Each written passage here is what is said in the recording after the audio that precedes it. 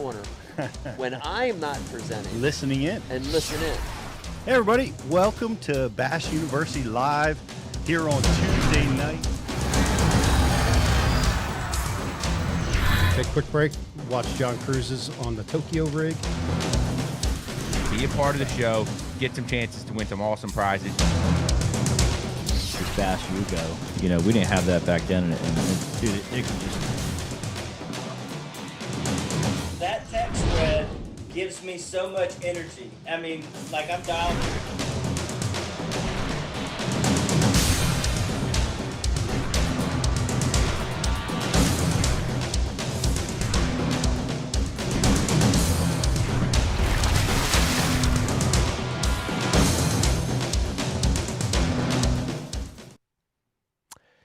Hey, everybody. How you doing tonight? Welcome to a brand new Bash U Live.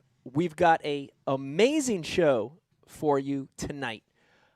Joining us on this episode, we have the one and only Terry Scroggins, a.k.a. Big Show, joining us in the house. Man, he's one heck of a fisherman, and he knows a lot about bass fishing. We're going to talk to him tonight about a lot of stuff. Let me intro the room real quick. Sitting next to me, doing IMs, doing other stuff, chats, all kinds of giveaways and props and miscellaneous. This, that, and the third. We've got the one and only Rich, a.k.a. Rizzo. A.k.a. Riz, how you doing? Doing great, man. I'm excited to talk to the Big Show about bait modifications. I hear he's got some tricks up his sleeve in the maybe in the oil department. We'll see. Dude's tricky, man. Dude's tricky. Very, very, very tricky guy.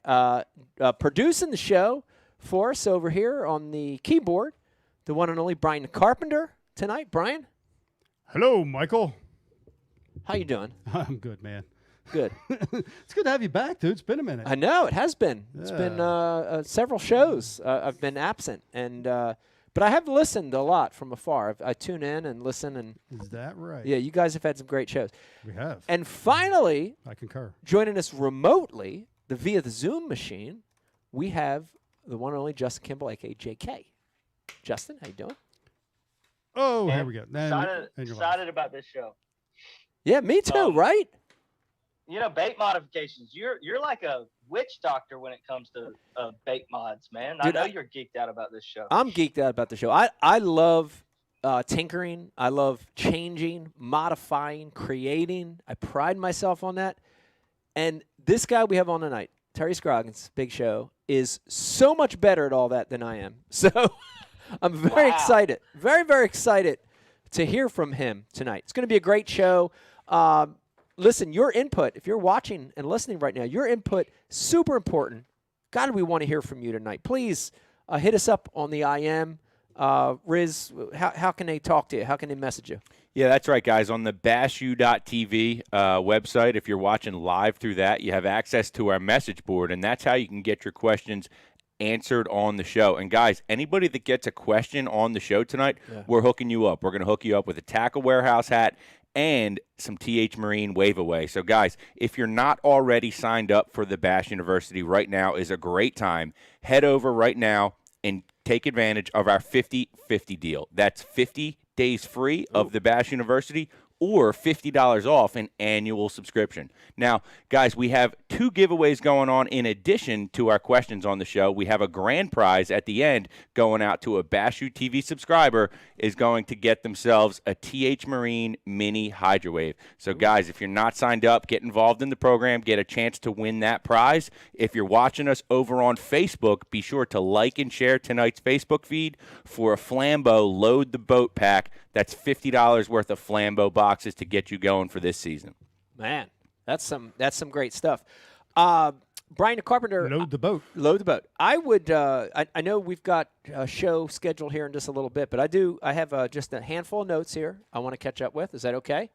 First and foremost, one of our friends, subscriber to BU from day one, literally.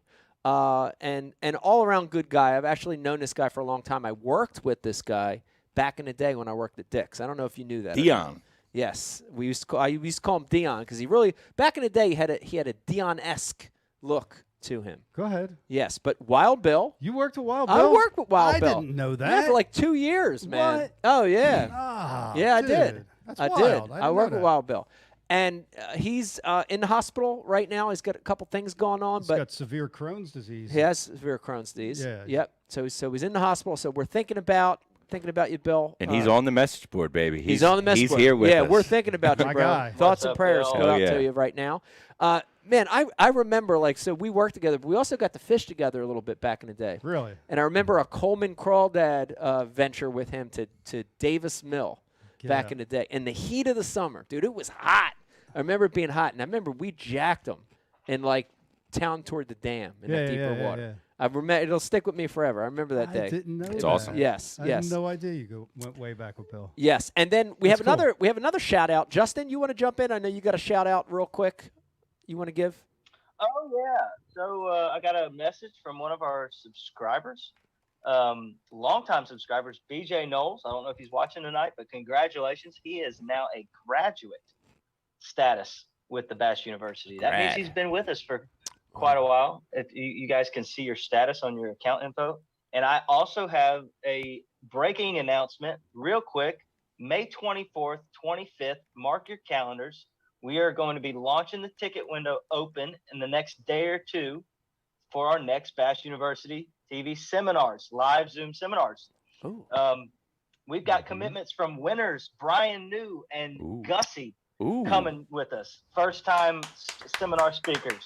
We've got former FLW Cup champ Clint Davis Ooh. joining us. Yeah. Okay. We've got Clint. Drew Benton. Drew Oh, Benton's joining man. us. That's 4 newcomers, and we're waiting on one, so I can't say the whole 6, but we've got back in the classroom for first time in 4 years, I think. Hold on. Maybe 5. Hold on, JK. Mike, you got a guess? Do you know? First time in 4 years? Yeah. Oh, man. Yeah, nobody knows this, so this is fresh. It's a Mike big one. doesn't know this. Is it really? Zona. Fresh back at BASS. too. Hackney? Yahtzee. Hackney, baby. Hackney, Hackney. That's you. With those crazy eyes. Yeah. Yeah. Oh, Crazy. yeah. How about He's that? coming back, Wow. and we can't wait. So May 24th and 25th, mark your calendars. We will start selling tickets here in a couple of days. Wow. I'm literally marking my calendar right now. As you said that, I'm putting notes in here for Notes. those 2 days. You said May 24th and 25th? Yes. Okay. Yes, that's I've got a it. Monday and a Tuesday. Wow. These guys are in season. It's been very difficult to just work dates out with anybody on any tour, and these guys were able to make that work. We were able to make it work with our team, and so right after you guys enjoy the Gunnersville Elite Series event that weekend, you'll be able to watch some seminars. Super. Well, Hopefully can't- from the winner. Who knows? Yeah, hopefully. Can't wait for that one. What a lineup there. Last but not least, want to give a shout out to our very own Dean, Pete Glusick. Feeling a little under the weather tonight. Hope you get better, Pete. And then, Brian, I don't know if you know this, but we have an update. And An update? An update. And instead of me giving the update, which wouldn't be correct, we've got a surprise guest who hasn't been in one of these shows with us for, gosh, years. Hudley Crockett. Hudley joined us. Crockett. Hudley, take it away. Hold on.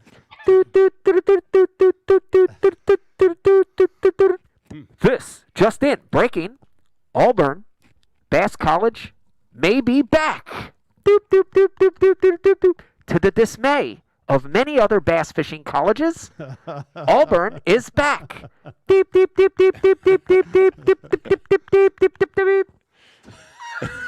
That was great. That was terrible. That was terrible. I don't want to turn the whole show into this, but I did want to bring it up, and I'm glad you have it here in our notes, Brian. Weird deal with Auburn being what would you say, disbarred, or what would you say, suspended? Basically suspended, canceled. They got the axe brought down on them. Yeah, very, very strange. Very strange. I don't know the whole situation, but it seems like they were sort of pulled out for reasons that didn't seem fair, right? Right. And then I think it was great because I saw a lot of the bass fishing community support and rally around the Auburn. Right. I saw posts from, a lot of the top pros chiming in on it. Steve Kennedy, the Lee brothers. I saw a lot of people chiming in on this, and they put a lot of pressure on the university to at least investigate, in Right. this. And it seems like we're not 100% sure yet, right, Brian? But it seems like they may have been reinstated. Yeah, It's possible. I got an inside source, an unnamed source I've been talking to. Okay. They had a meeting today in appeals, and it may be working out in their favor. At least they're going to get a fair shake. You know what I mean? Yeah. They're going to get a chance to maybe state their claim. Yeah. And at the end of the day, the fishing community was pretty outspoken in their opinion over the whole thing. Nobody was happy to see that, see what went on. And I felt like, and they felt like they were being held to a technicality, in a time where it just wasn't needed. You know what I mean? Yeah. So hopefully they do the right thing. They ain't the only ones, though. I mean, in the Bass U Instagram post you guys put up yesterday, there's a few others. There's a few others that got suspended over this. And Oklahoma State, 2 years, I believe. Wow. 2 years? That's crazy. Yeah, well, hopefully, if Auburn can get this thing worked out, that'll start the trend of the other schools working this out too. Because squeaky wheel gets the grease. I mean, man. when it comes down to it, it's they're fishing. I'm sure there was rules and guidelines and all that, but we're talking about college kids here, and give them their fair shot. Let them get out there and fish. Yeah. And we've all suffered enough. So lay off, tough guy. I like it. And this, rules. I just looking at the Instagram account here, I also see that 2 other colleges were suspended. One is the College of Martial Arts for not wearing their black belt. Yep. And the last but not least, the Bass College was suspended because they suck. And that's actually true. Yeah. That's actually true. Yeah. What is true. Justin, I made Justin laugh so hard he fell out of his chair. Last but not least, I want to get through this quick because I don't want to bore you guys with all this stuff. I want to get on to big show. Cannot wait for this. We did have a really cool trip, Brian the Carpenter, a little Ike Live trip that we took last week. We got an opportunity to take the Ike Live tiny boat. Yes. Use the Torpedo in a river scenario, which was really, really cool. But I got to tell you, and Justin, listen to this, too, because this is a freaking seminar on BU. This is a topic that we should flush out one day. I agree, dude. I want to tell you because it blows me away. Yeah. Dude, I have fished my entire life, right? All of it. My entire life, but really hard the last 20 or 30 years. And we have been beaten to our brain in a current and river scenario to throw upstream and work your bait back naturally in the current. Mm-hmm. Me and Brian got to witness this pattern emerge that was so mind-blowing where we were throwing our jerk bait down current to the bank, tight lining, basically reeling it a little bit, maybe 5, 6, 7 cranks, tight lining it, and letting it just sit and flow back behind the boat in the current. In the seam. In the seam. Getting that in that current seam where they were setting up. Dude, incredible. It reminded me a little bit of the tumble rig, that tumble bite that we get on with soft plastic flukes and stuff. But, dude, this is a hard jerk bait, literally keeping it in place behind the boat. Yep. In trolling, the current. Right. Trolling motor on spot lock if you've got it. Yeah. Holding it right there. And we're not talking about just a few bites, right, guys? Dude, You we're guys, talking about, smashed them, right? I would venture to say 65 to 70% of the bites happening this way. Whether it was, a lot on the hard jerk bait, but even some other baits, they wanted it that way. Yeah. They wanted it presented that way. Yep. Even the little soft plastics, it was tumbling over the rocks. But again, the way that jerk bait deal and getting it to swing out there, you couldn't work it. You couldn't crank your reel. You couldn't jerk that thing. They didn't want it. They didn't want it ripped. The less you did, you held it there. And then just feel dunk. Yep. Yeah, Wow. a lot of times it was like a trout bite almost. Sometimes they plastered it, but a lot of times it was a trout bite. Huh. In addition, Yeah. we got to see, Brian and I got to see, and we all knew this, but we got to see. Not like this. We got to This was see pretty with our ridiculous. very own eyes, Yeah. and I cannot wait for everybody to see the video on this, how important scent is in certain situations. Yeah. And, we're a lot of us here are big Liquid Mayhem users been using it with the show for years, but dude, we were literally putting the scent on our hard jerk baits. We would throw that hard jerk bait down current, right? We'd be sitting. We'd be spot locked. We'd throw it down current. Man, God, there's got to be one there. Would be 2 or 3 casts in, nothing. We'd reel that hard jerk bait in. We'd put the liquid mayhem on it. It's nice because it's like that gel, and it really, really it sticks. It's sticky. It sticks on there. The very next cast, that same cast that we just made 3 or 4 times, the bite would be instantaneous. Yeah. Dude, that happened 70% of the time. Yeah. Wow. It was amazing. And if you think about it, the way they're setting up, it wasn't a real active bite. It was a slower day. Yep. They wanted that bait to sit there. They were in the seams. Yep. The bait had to drift into that seam and just sit and just natural with the current. Yeah. And a couple things kind of clued me into this deal. One was the jerk bait that was actually getting the most bites was the Rapala X-Wrap. The X-Wrap, which was out fishing the shadow wrap, shad, and it's got a little hair on the back. Had feathers. Has on feathers the on the back of it. Yes. So the you've old got red that, feather I saw. Yeah. that aspect, and the current pulling that across that scent, a little bit of scent trail. Yeah. That was enough to make them like, all right. Yeah. Yeah. Mike, didn't you have a similar experience in a tail race? Oh, yeah. With the crankbait, but you were fishing from the bank, and you figured that out to just hold it. Yeah, fishing from the bank. It's so interesting because I actually got on that same kind of bite at Pickwick, but upstream, right? So I got to watch that event unfold, and watching Steve Kennedy and all these guys fish the tail race, and it was so cool because every year the Toyota Owners Tournament is on Pickwick, and I'm not allowed to fish there, but the last 2 years in a row. One year I went up with Gerald and we did it by the boat. Last year I just had some rods. I didn't have my boat with me. I drove up there, and I was casting down current and keeping a DT4 and a DT6 in place exactly the same way and catching giant smallmouth. Something to that. So there is something to it for sure. Yeah, second time around. Yeah. That's something. Something to it. So keep your eye out, guys, if you're watching. We're going to do some BU products on this technique. And maybe even get Mike Breeding, who was the guide that helped us that day with Grateful Guides. Maybe even get him on the show. Cool. The message board wants to know how the electric Thames felt. Oh, the Thames, aka TENS unit. That was strange. I don't know that I've ever purposely electrocuted myself. I think that was the first time. Yeah. All right, enough of this small talk. Listen to me. If you're watching and listening right now, I want you to hang in there. Brian and Carpenter, we're going to take a little bit of break. That's right, 2 minutes. 2 minutes. When we come back, we've got Big Show, Terry Scroggins on, and we're going to be talking about modifications, tips, techniques, changing your bait, doing all that sort of secret stuff. You're not going to want to miss it. Hang in there. When we come back, more BU Live. Why do you love casting fishing rods? I'm truly losing less fish. Is the sensitivity of the rod. That they're made right here in North Carolina in the USA. Strongest, lightest rod, 100% made here in Sanford, North Carolina. From the drop shot rod to the flipping stick. Every rod has a purpose to it, and I rely on them all the time when I'm out there in a tournament. Durability in the John Cruz Worming series, the counterbalancing in the handle. It's the only rod I found that can withstand my hook set. Boom goes the dynamite.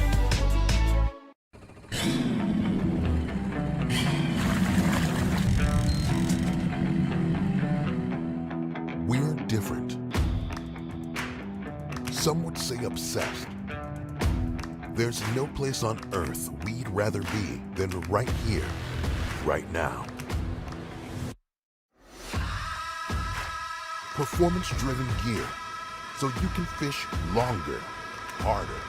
Gill's Performance Fishing. 2021 Red Crest champion Dustin Connell here, and if you watch live coverage, we just got done at Lake Eufaula. I caught my fish using the active target with Lowrance. What you didn't see is I run a Sea Clear power harness in my boat.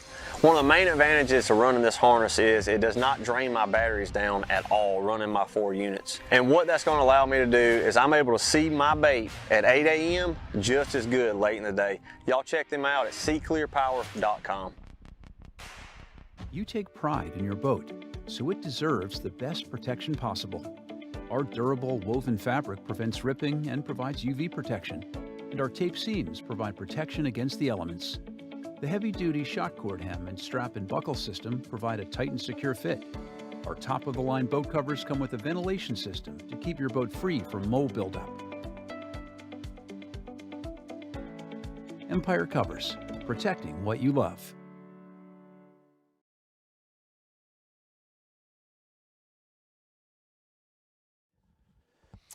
Hey, everybody. Welcome back to a brand new edition of Bass U Live, and we have a really, really special one for you tonight.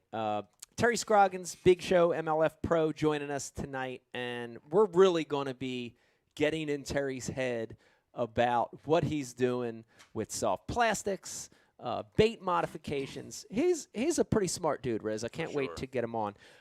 Let me remind you, we want to hear from you tonight. Your input is so critical. Please, if you're watching tonight, hit us up on the message board. If you've got a question, send it over to Riz, right? And if they're watching on social media, they can put the questions through too. How's that work, Riz? Yep, you can put your questions through on the Bass U TV message board, as well as Facebook and YouTube. We have our awesome Alex, the intern, monitoring the other feeds. So get your questions in over there with him as well, and we can bring some of those on the show too. Okay, there you have it.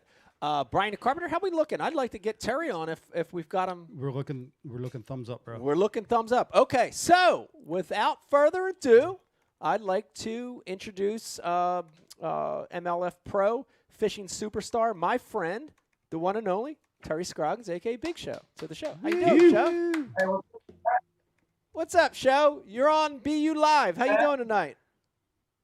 I'm doing good, man. It's about 95 degrees down here in my mad room. It's a little warm. Man, we'll make do.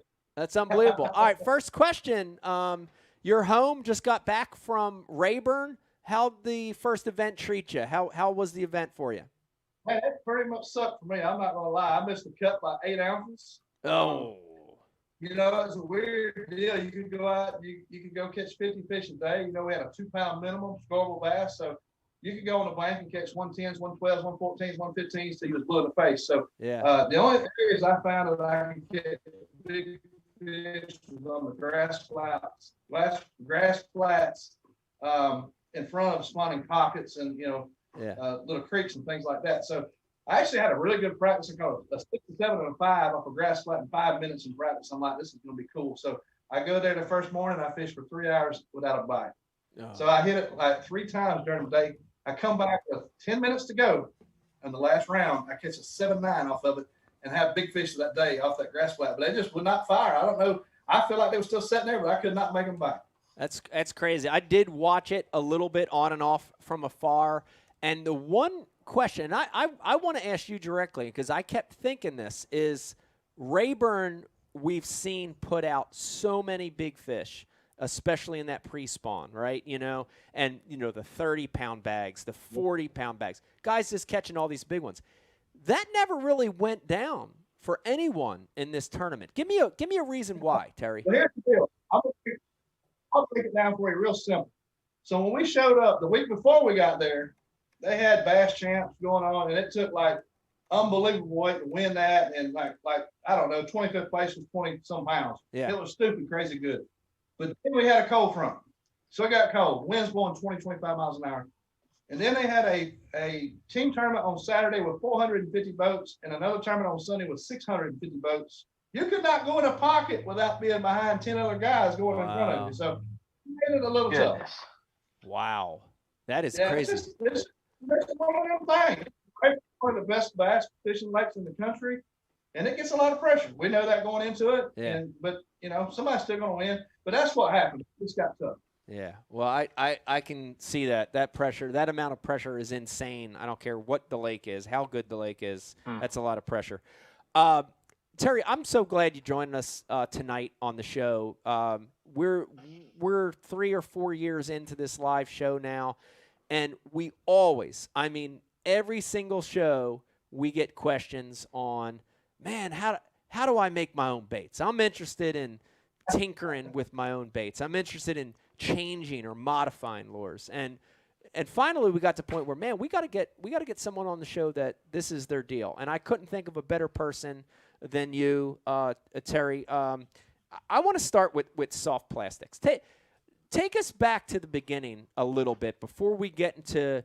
I know in the last few years you've been doing some really cool stuff with these molds, but take us back before that. Give us a little history. I know your story, but growing up on the St. John's, you know, you're in a part of the country where soft plastics are the deal, right?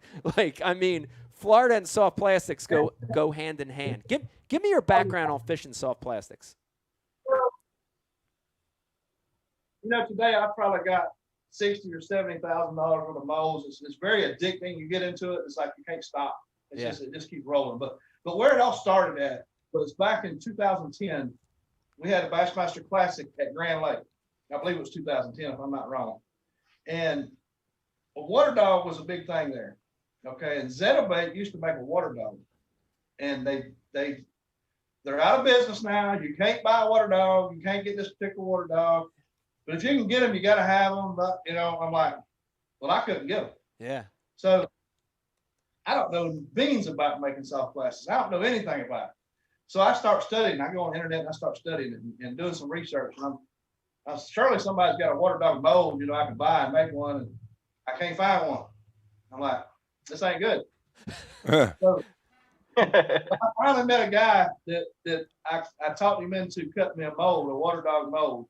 And that's where all this madness started, was back in 2010. He cut the water dog mold. And what's funny about it is I don't ever use that thing. That first initial mold, I never use it anymore. Yeah. But I've gotten so addicted and poured my soft plastics that I've got bukus of molds now that it's crazy. I'm not going to go buy and pour a mold like a Zoom trick worm or a speed worm or, you know, a Berkeley, whatever. It's easy to go to the store and buy it because it's good. It works. I want to build stuff that you can't buy in the store. Yeah. I'm not going to buy stuff that I can go buy in the store. I'm going to buy stuff that nobody else has. You know, I'm going to build stuff nobody else has. So that's what I'm into. Yeah. Well, that's awesome. And you mentioned the water dog, and I remember Rebel had one called the Redneck. They had one. I remember so many of the old baits, but the Ditto Fire Crawl, the Gator Tail. Hang on a minute. Hold up. You said the Ditto Fire Crawl. Ditto Fire Crawl. And I mean, look at that. Look at that. And here's what's amazing. That's incredible, because here's what's amazing. Like, the whole punching movement, right, started with that bait, didn't it, Terry? Because it even got it spread up here. Like, I remember, you know, before tungsten, yeah, guys were using giant lead with that fire crawl. So Sam Aversa used to have what they call a penetrator weight. It was an ounce and a quarter, and it was probably bigger, way bigger than a 2-ounce tungsten weight is today. So you would put that on the front of a Ditto Fire Claw, and that Ditto Fire Claw has won more money to this day in the state of Florida flipping heavy dense cover than any other bait there is, still to this day. Yeah. And they haven't made them in 20 years. So guess who's got the most? That's crazy. Yeah. That's crazy. That's cool. That's one mold that's like my favorite. That's great. So here's a cool deal. So this bait right here, this is actually a Big Show punch bug that's designed after the Ditto Fire Claw. It's a 1/4 inch longer, a little bit bigger in diameter, but it's very, very, very similar to it. So works pretty good on that dense cover. That's crazy. And I want you to talk about that. Take us through that, Terry, because what you did with that bait is you took a bait that is a industry standard for a lot of years, and then you went ahead and changed it and modified it. You made it better. Talk to me about that process and what goes through your mind, and then how do you take that and then put that into the mold? Yeah. But to start off with the Ditto Fire Claw, that actually it was either a middle school project or a high school project from Dion Hibden way back in the day. He made a crawdad style bait, and Bobby Ditto ended up with it. And that's how the Fire Claw would come about. So anyway, it's still like the best flipping bait there is. But the problem of it is it's a little bit too narrow to hold a big hook. You know, when you're in and out of dense cover, your hook always wants to come through it and tighten it all the time. So when I designed the punch bug, it's basically the same thing, but the body of the bait is a little bit bigger in diameter, and it's a 1/4 inch longer to hold the hook. Other than that, it's pretty much the same bait. So Gotcha. I just took a bait and made it a little.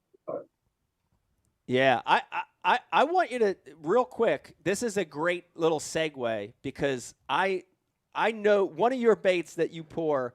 I love, and you gave me a bunch back in the day, and I think it's one of the coolest tails on a worm out there. Talk a little bit about talk about that worm, Terry, and that tail, because that thing is a killer. I want people to see this bait. Okay, so how that come about was Josh Clark angling a.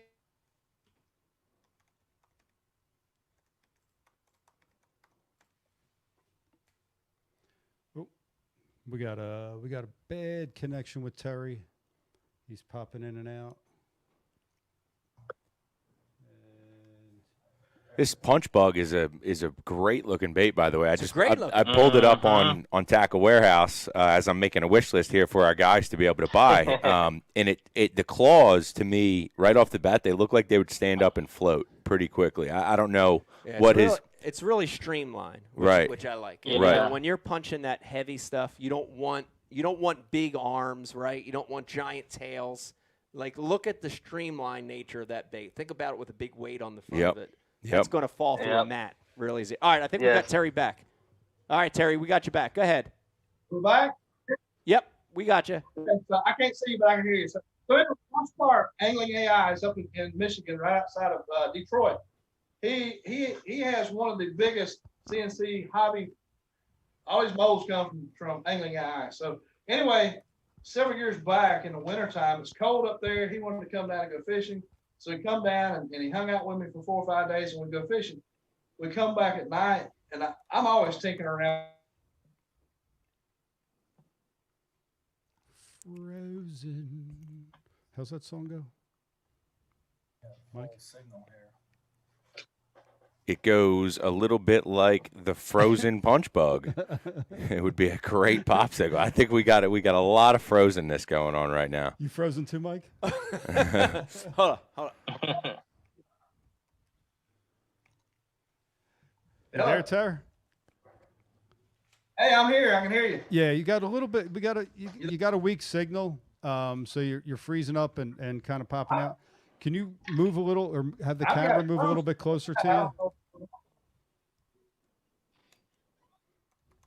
All right, and action.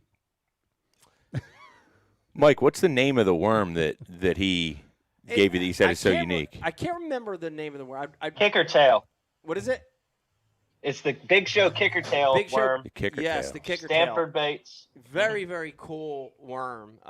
It's almost got like a little, best way I can describe it, it's got like a little rage bug looking appendage on it. Right. But it's a lot thinner and it's a lot more finesse. And I got an opportunity to fish on a shaky head, and I thought it was awesome. It did some really cool things that a straight tail worm doesn't do, you know? So. 3 sizes too. 5.5, a 7, and a 9. Wow. Very cool. Yep, that big one would be great for everybody there. That big one would be great on a Texas rig too, you know? Mm-hmm. All right, or Magnum shaky head. I think we got Terry back. Let's try again. Let's see if we can get him. Terry, you back? Locked in, baby. We're back. Yes, sir. Okay, I think we got you, Terry. Go ahead.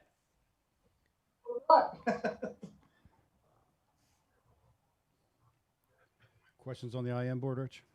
Yeah. They're all for Terry. But you know what? I can pull something off that we can. Yeah, go ahead, man. We got you.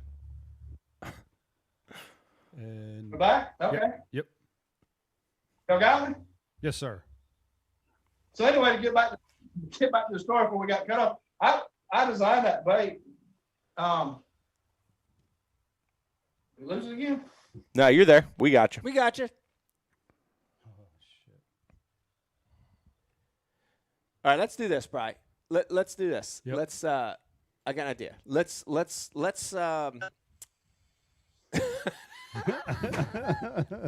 don't know. This is 5 bars on my phone. I don't know if I understand it, but are we back? Yeah, we're back. We got you. Go ahead. Give it one more shot. Okay, I got 5 bars on signal. I don't know what's going on here, but anyway, Josh Clark and I designed that bait here at the house, and he told me he could cut that bait for me in just a couple of days. So he did. He cut it, and next week I had the bait here. I poured it. I took it to the St. Johns River, and in 20 minutes I caught. Oh, come on. Dadgummit. Dadgummit. Well, what else you guys want to talk about? Well, can we just use a phone as a backup? Not exactly. No? No. Yeah, we're trying. He's on his phone. Yeah, but can we just do an audio? No. Why not? Because we can't. It's not set up for that. Really? Yeah. Why? Rich. We can set it up. We'll probably need to take our 4-minute commercial break, and then I could set it up on Skype. Huh. So Mike, what's your favorite bait modification that you've done in the past few years in your shop? My favorite modification? Yep. Oh man. Put you on the spot with something heavy there. It was the swim baits with me. Swim baits with you when pretty we cool. waited the swim Got baits. it now. Pretty good one. Yeah. I like weight and swim baits. Weight and shad Okay. wraps is a good one. Yeah, that was that one. Yeah. I do that one too. Yeah. I'm seeing Terry. Yes, we got him. Hey, are we back? Yeah. We got you, Tara. Yeah, so we switched phones. We did a phone switch on here. Hopefully this will work better. I don't know. Okay. Can you hear me, or? I don't know how you did that. No, it didn't work. Nope. So the worst one. You guys want to do a Bash U battle?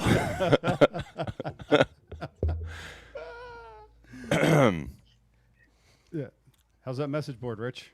Well, let me bring something in here. Mike, what's your favorite modification that you've made specifically to a swim bait? Would it be the one you did with Brian, or do you have anything else up the sleeves? Oh boy, swim baits.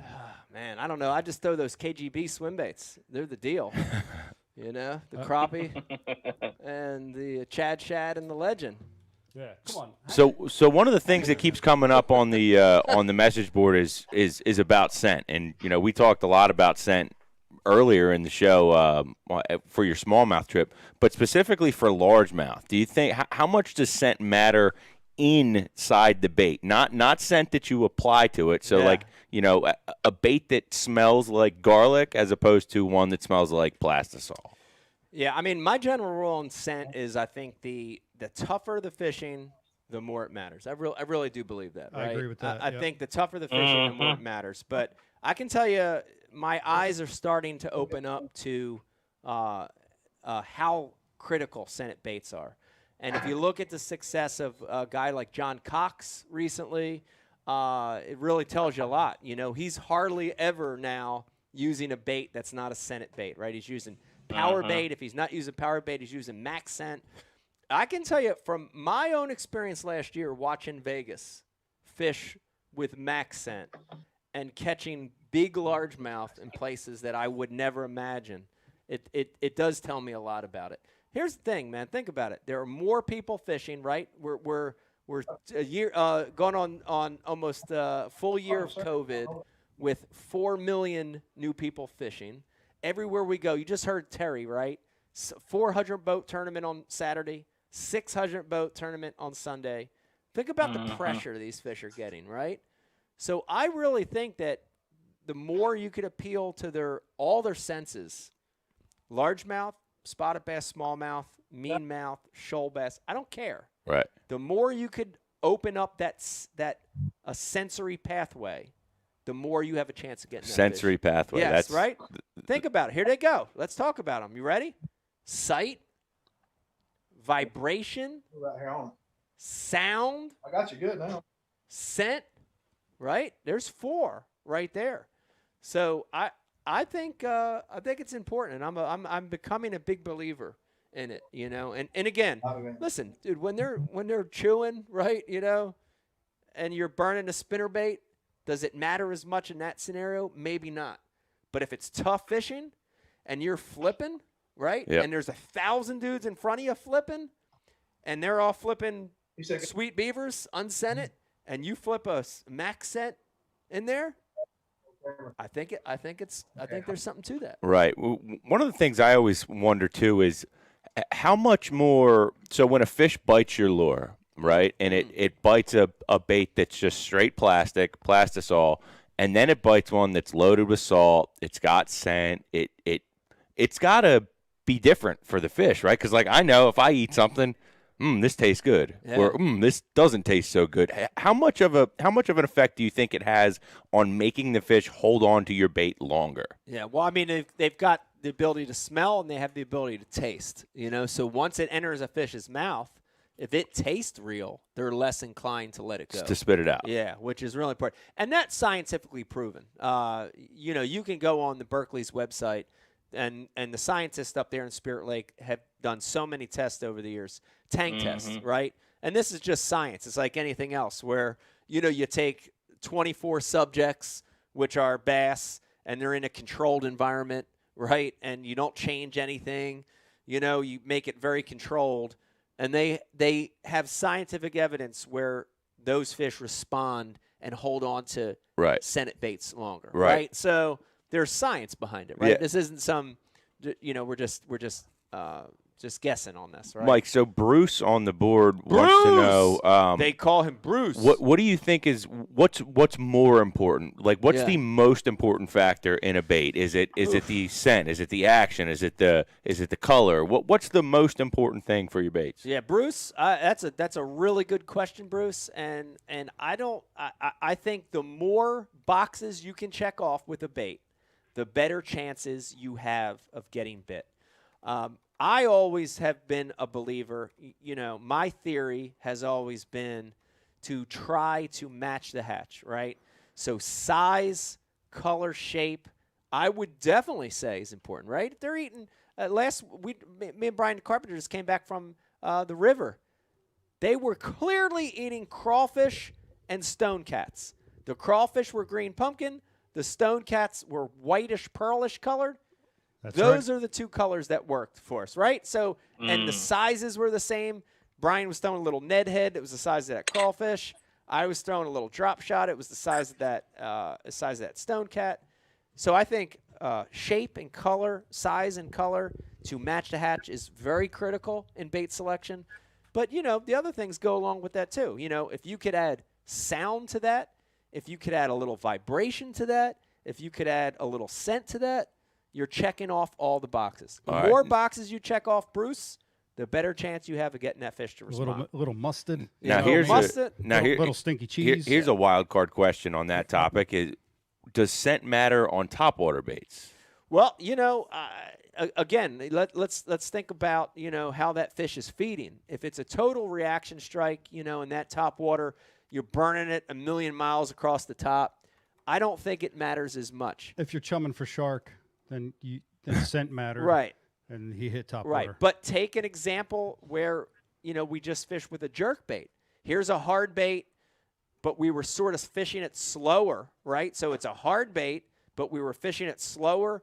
The fish had a chance to get behind that bait and get into that scent trail. Yes, it matters. So, the faster you reel the bait, the more of a reaction bite it is, the less it matters. The more you have a medium to slow to dead stick retrieve, the more it matters. And I've seen that over the years be the case. Brian, I think we've got... I've got two things. Okay, what do you got for us? We've got Big Show reconnected on a new device. Okay. We're very positive and hopeful about this. Okay. And in keeping with all that good news, I just got breaking news. Hit it? Yes. Good. Oh. Auburn University shortened suspension for Bass Fishing Club. Instead of having to wait till next year, they just have to sit it out till the end of April. Okay. That's a significant shortening. And that is good. Congratulations, Auburn, for getting reinstated. And I'll go ahead and add my own and say that they admit that they're wrong. They were wrong. They admitted it. There you go. It's hard to admit. It's hard to admit, but thank you for admitting we're wrong. Thank you for admitting. I hate saying sorry. I hate admitting that I'm wrong, It's part of the Jersey in me. Let's see. I know everybody doesn't want to hear me. They want to hear Terry, so I think we might have a new connection. We got new Terry. Let's see what happens. Terry, I see you. Let's try this again. Good to see you. Hey again. guys, I'm sorry about the connection. Hopefully you can hear me now. All right. Yeah. That's all right. All right. So I want to pick it up because we actually after you went off, we talked a little bit about this worm, the kicker tail worm. Talk to us about this, Terry, because this worm, it's special. It's got a special tail. I want to hear the story about this thing. So the kicker tail actually comes in a 5, a 7.5, and a 9-inch worm. And the original one was the 5-inch kicker tail. I designed this worm at the house with Josh Clark from Angling AI, and he actually cut that mold for me in about 4 days. I bring it out to the St. Johns River right here where I live. In 30 minutes, I caught 25 pounds of black bass on it, largemouth bass on it.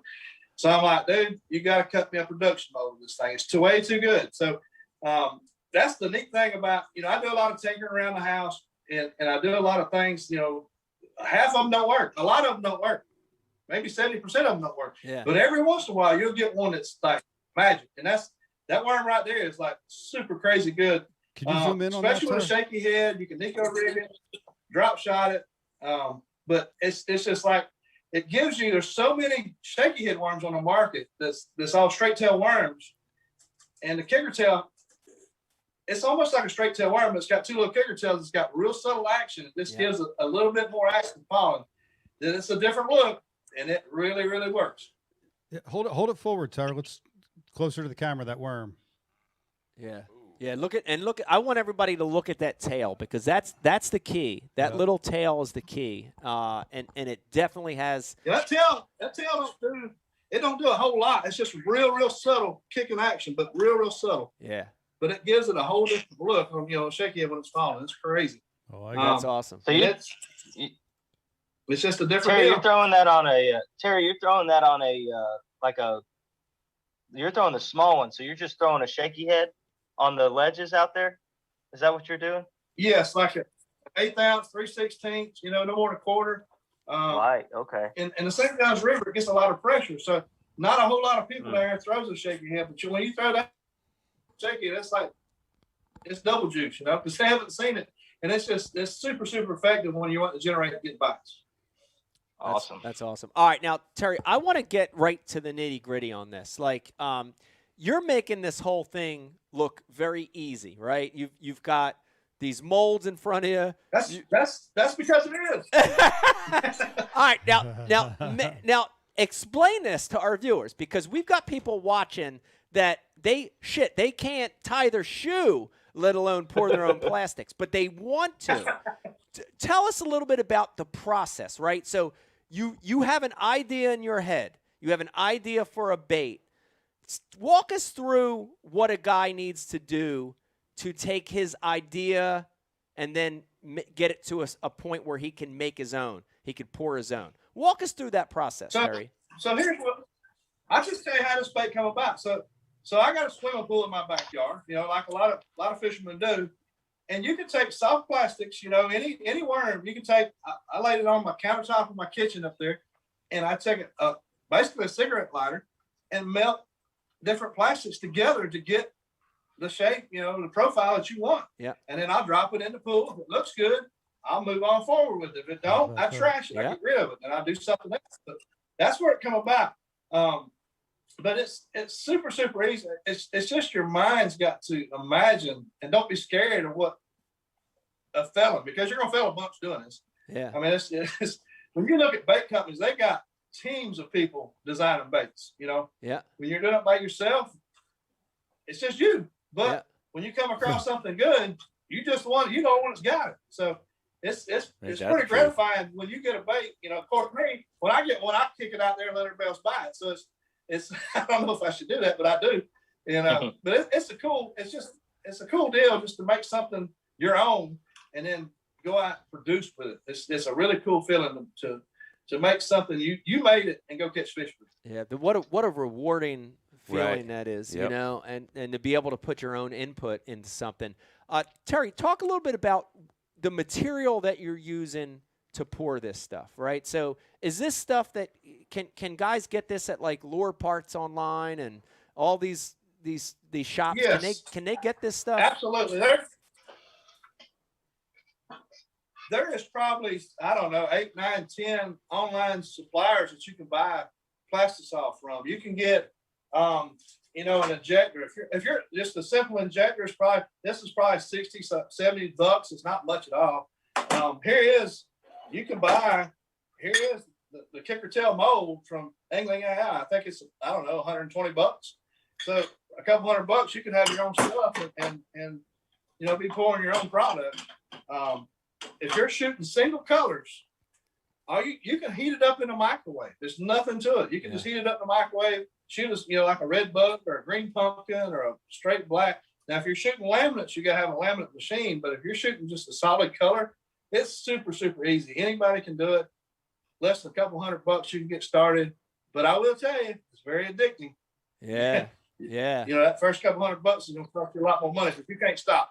Yeah, I love this, man. I love this. There's a lot of people watching, and I know from our last show, you know, our last 20, 30 shows that dreamed about doing this. And what I love about this, Terry, is this is a reality. Like, people can do this. People can, with a small investment, right, in some molds and some plastisol, people can create stuff on their own.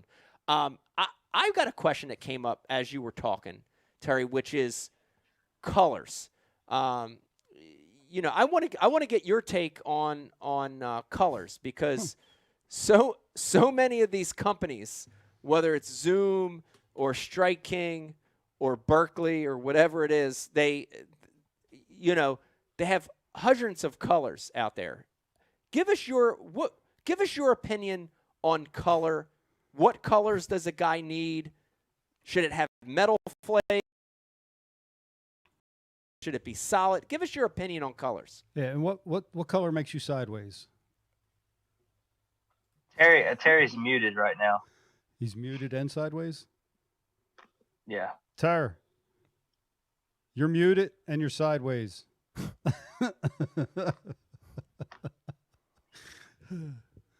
Yeah, well. He's not muted on our end? Oh, there it is. All right, you're you're muted on your end, Terry. Something's disconnected. Well, I'll keep talking about colors real quick. Yeah, you do that. It is interesting, you know, because are we back? Yes. Yeah, we okay. Here we go. All right. So I got muted. So green pumpkin, I don't care from coast to coast to Mexico to New York.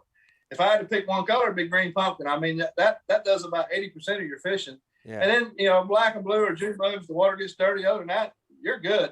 I mean, there's thousands of colors on the market, but you can keep it simple and go catch fish. Yeah.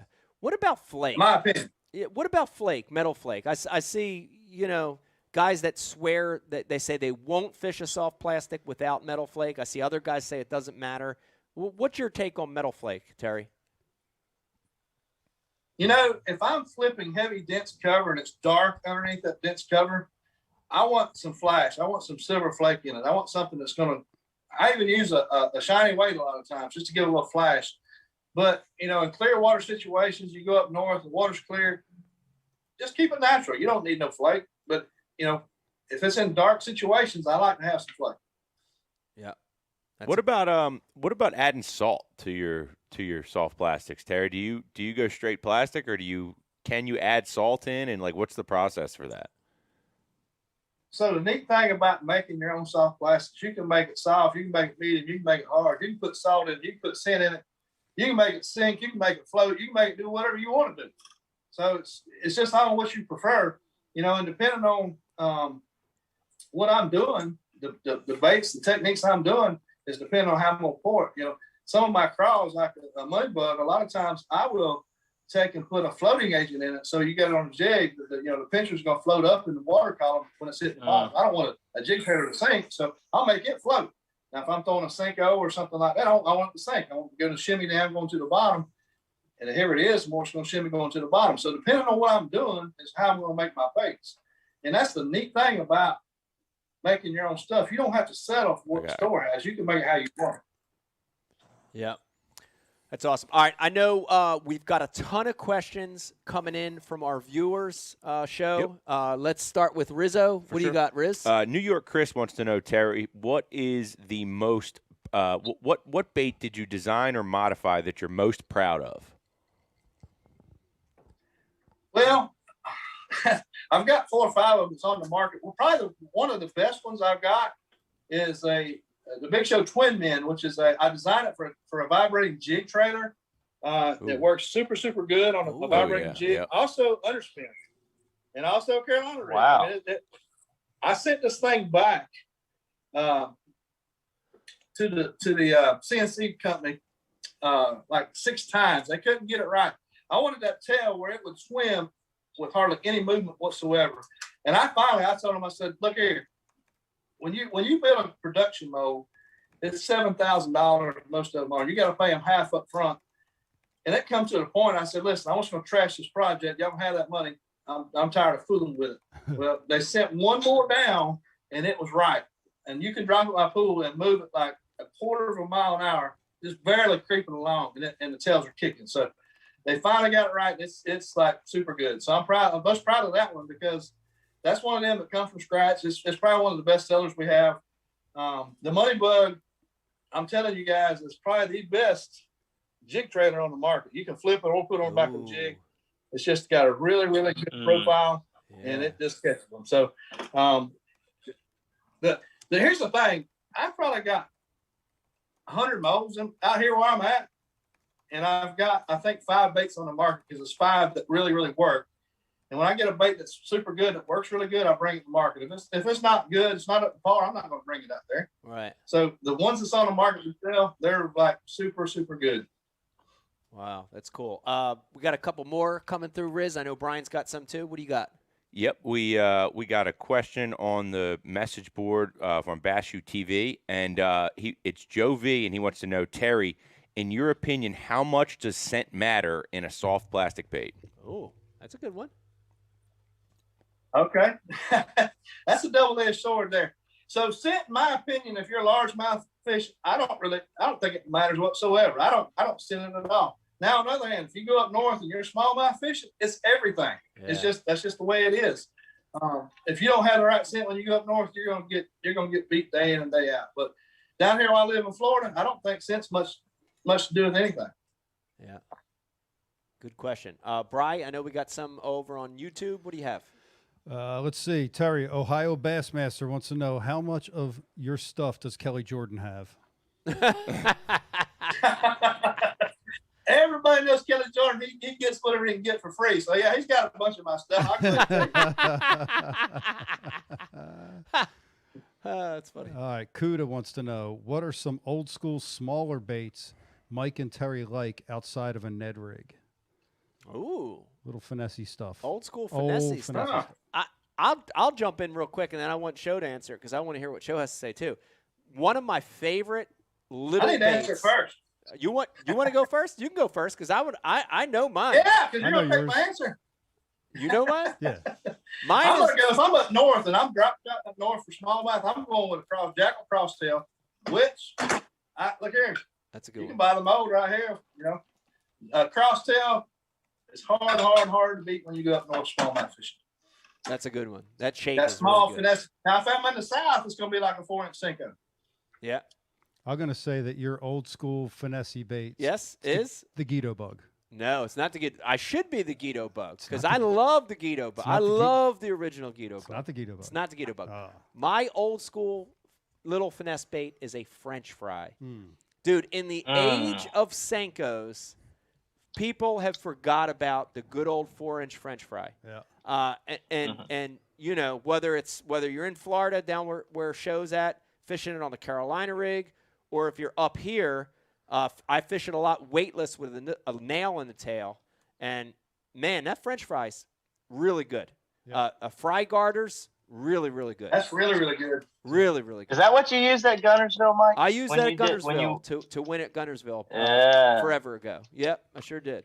And you were butting that thing down even more than it. I had a few that were. Look, it was tiny, right? Yeah, they were tricky. They you know, those fry garters get to where, after they've been fished for, you know, they become.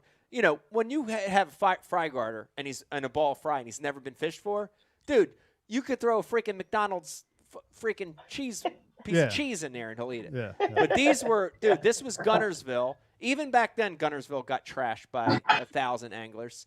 So these were fry fish that had seen baits before, right? So it was like that smaller profile. Sometimes you had to keep biting it down to where it was 2 inches and to make them respond. But my choice is a French fry for that one for sure. Show, I got one for you, and I want to jump back, and it's something that you said, and I want you to talk a little bit more about this if you're okay with it, which is you are the best, you're one of the best guys I know at punching. You've won $2 million in your career, probably more when you count all the local tournaments punching and flipping. And there are times when you use an unpegged weight and times when you use a silver weight. Can you talk to me about that? Because even now, to this day, it intrigues me that you do that. Talk about that.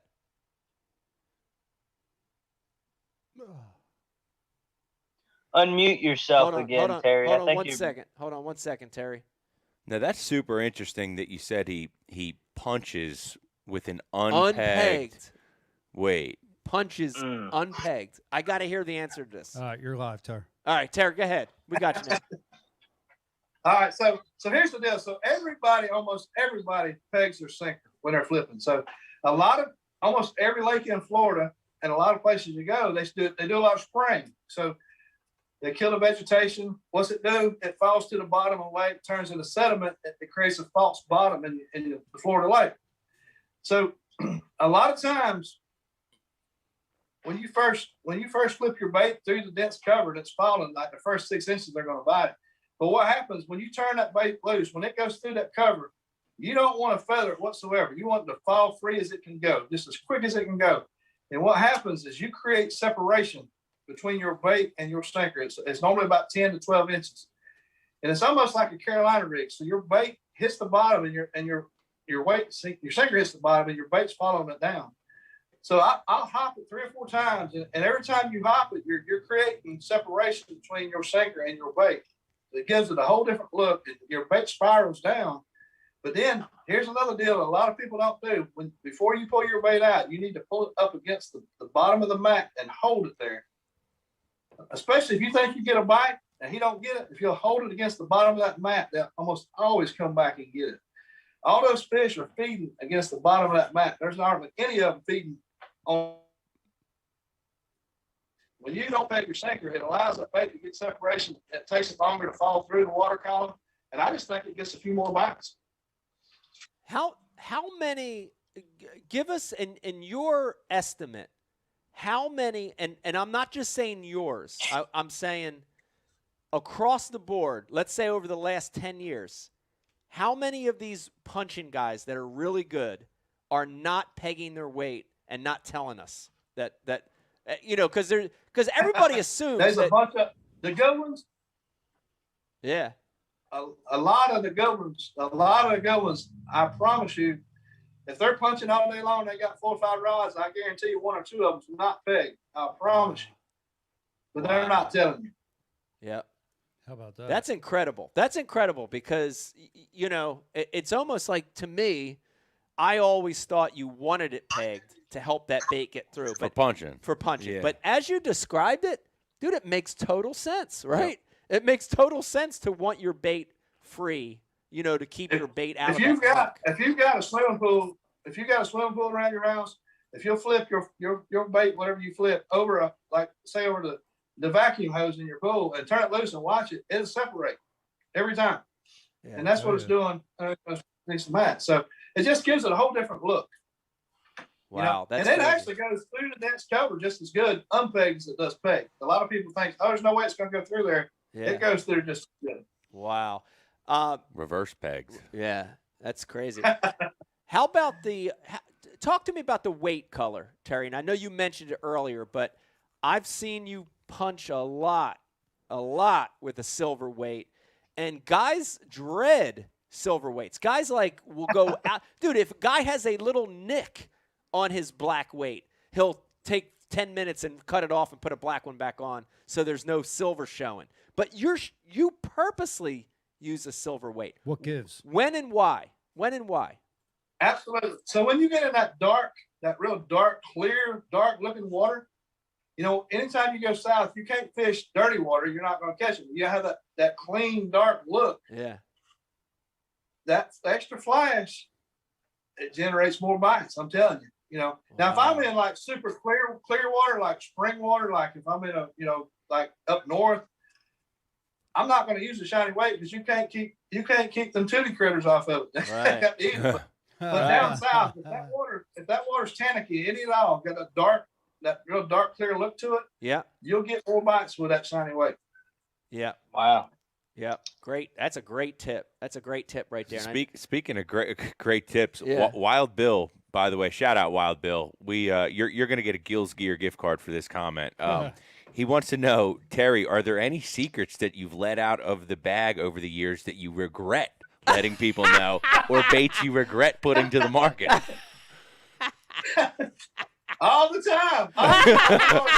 Telling stuff I shouldn't tell. It costs me all the time. But it's okay. That's part of that's just who I am. I can't help it. That's awesome. I want to keep it going with the flipping because I had one more to add to this punching saga we're going over here. Talk to me, Show, about hook size because that's another one I think sometimes people are confused. Do you want a really big hook that fills the entire plastic bait, or do you want a smaller hook? How do you determine hook size when you're on that punch bite? Here's the deal. Almost everybody out there in today's world uses too big a hook when they're flipping. Right. And here's why I'm going to say that. When you go through heavy dense cover, especially like gator vine and that really, really heavy stuff, you got a wide gap hook. What happens when fish bites? You set the hook, it penetrates through his lip. Now the hook's outside of his lip with that big wide gap. What's it do? It hooks the cover coming out. Now you're hung up in the cover and the fish, it gets off. I like a narrow gap hook, the old style narrow gap hook. And a 4 or 5 hook as big as I'm going to go. I want a hook that's not going to flex. VMC makes a saltwater hook, O'Shaughnessy style. That's what I use. It's got a gigantic barb in it. It don't have a big wide gap, and you can't bend it. When you hook them, they're caught. Wow. What a tip this is right here. Listen to me. If you're watching right now, listen to what Show's saying because this is juice. If you're watching and you're waiting for juice, this is juice right now. You're using too big of a hook. A lot of guys using these giant 5/0 and 6/0 extra wide gap freaking, what they call flipping style, heavy whatever hooks. It's too big. BMF. Yeah, it's too big. Listen to Show. I love it. And this is, dude, if this doesn't smack you in the face, you're not using a mass-produced hook. This is not a hook designed for punching, right? The hook I use is the VMC saltwater O'Shaughnessy hook. You get 25 of them, I think, for $8. How about that? So then it don't have a keeper on it. Okay. So what I'll do, I'll take heat shrink and I'll put me a small piece of heat shrink up on it, drop super glue on the shank, put a piece of wire in it and heat it, and it'll stay there forever. So I can still, if I want to tie, a snail knot, whatever, I got room to do that. Or if I want to, tie a regular knot, whatever, it stays on the plastic and it's just there. And it's, like I say, a saltwater hook. It's got a big old barb in it, but the diameter of the hook is not that big. To me, all the new hooks on the market, especially the flipping hooks, they got a small barb, but they got big diameter wire because they don't want it to bend. And it's just, and it's a wide gap hook. It just hooks the cover coming out and fish get off. With this stuff here, when you stick them, very, very rarely will they ever come off. Wow. No kidding. Brian, and guys, Brian, I got the hook. You can get that Rapala or you can get that VMC O'Shaughnessy hook off the VMC website, right which you got a Bash I got it on the discount screen, for. wrist. Yeah, there it goes right there on the screen. There's the hook. There's your hook right here. It's the closed eye. They got an open eye and a closed eye. You're gonna want the closed eye. It's saltwater. You're gonna have to click saltwater, like you said, 9522. Wow. Unless I'm reading that backwards. But the Shaughnessy. Wow. That's you said 4/0 and 5/0, Terry? That's what we're getting? Yeah, Oh, we 4/0. got That I muted mean again. that sounds about right. Yeah. I want to know what he's using. You got me. I use a 5/0 in that hook. Okay. You ever go down to like the 3/0 for those small, like that little punch bug, or you put a 5/0 on that? You know, a 5/0 will actually fit in the punch bug. So wow. I got the design that way where it'll hold that hook. You can go to a 4/0 and get by with it if you're flipping something super small. You know, if you're flipping like a smallie beaver or something like that, a 4/0's fine. You're not going to bend that hook. It's a saltwater hook. It's made to be pulled on. It's not going to bend. Wow. Wow. Show, I'm seeing a ton of people right now on social media are freaking out about how you create this keeper.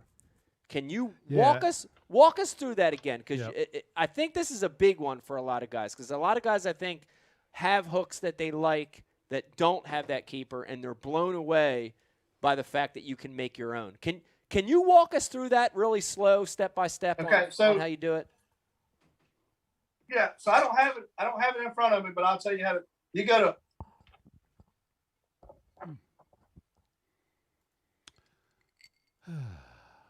It's like a Bash U TV teaser, Riz. Yeah, we're just. Sorry, guys. I'm gonna make some awesome cuts out of this. YouTube just downgraded your algorithm. Yeah. I think we got him. Oh, okay, we got him back. Okay, I'm back. All right, we got you. Just go to any part store you want and get the smallest heat shrink that's available in the electrical department. Okay, cut you I don't know, 1/4 inch piece of it, 3/8 piece of it. Slide it up your hook, and then you take basically a spinnerbait wire and just bend it out just a little bit. A small spinnerbait wire.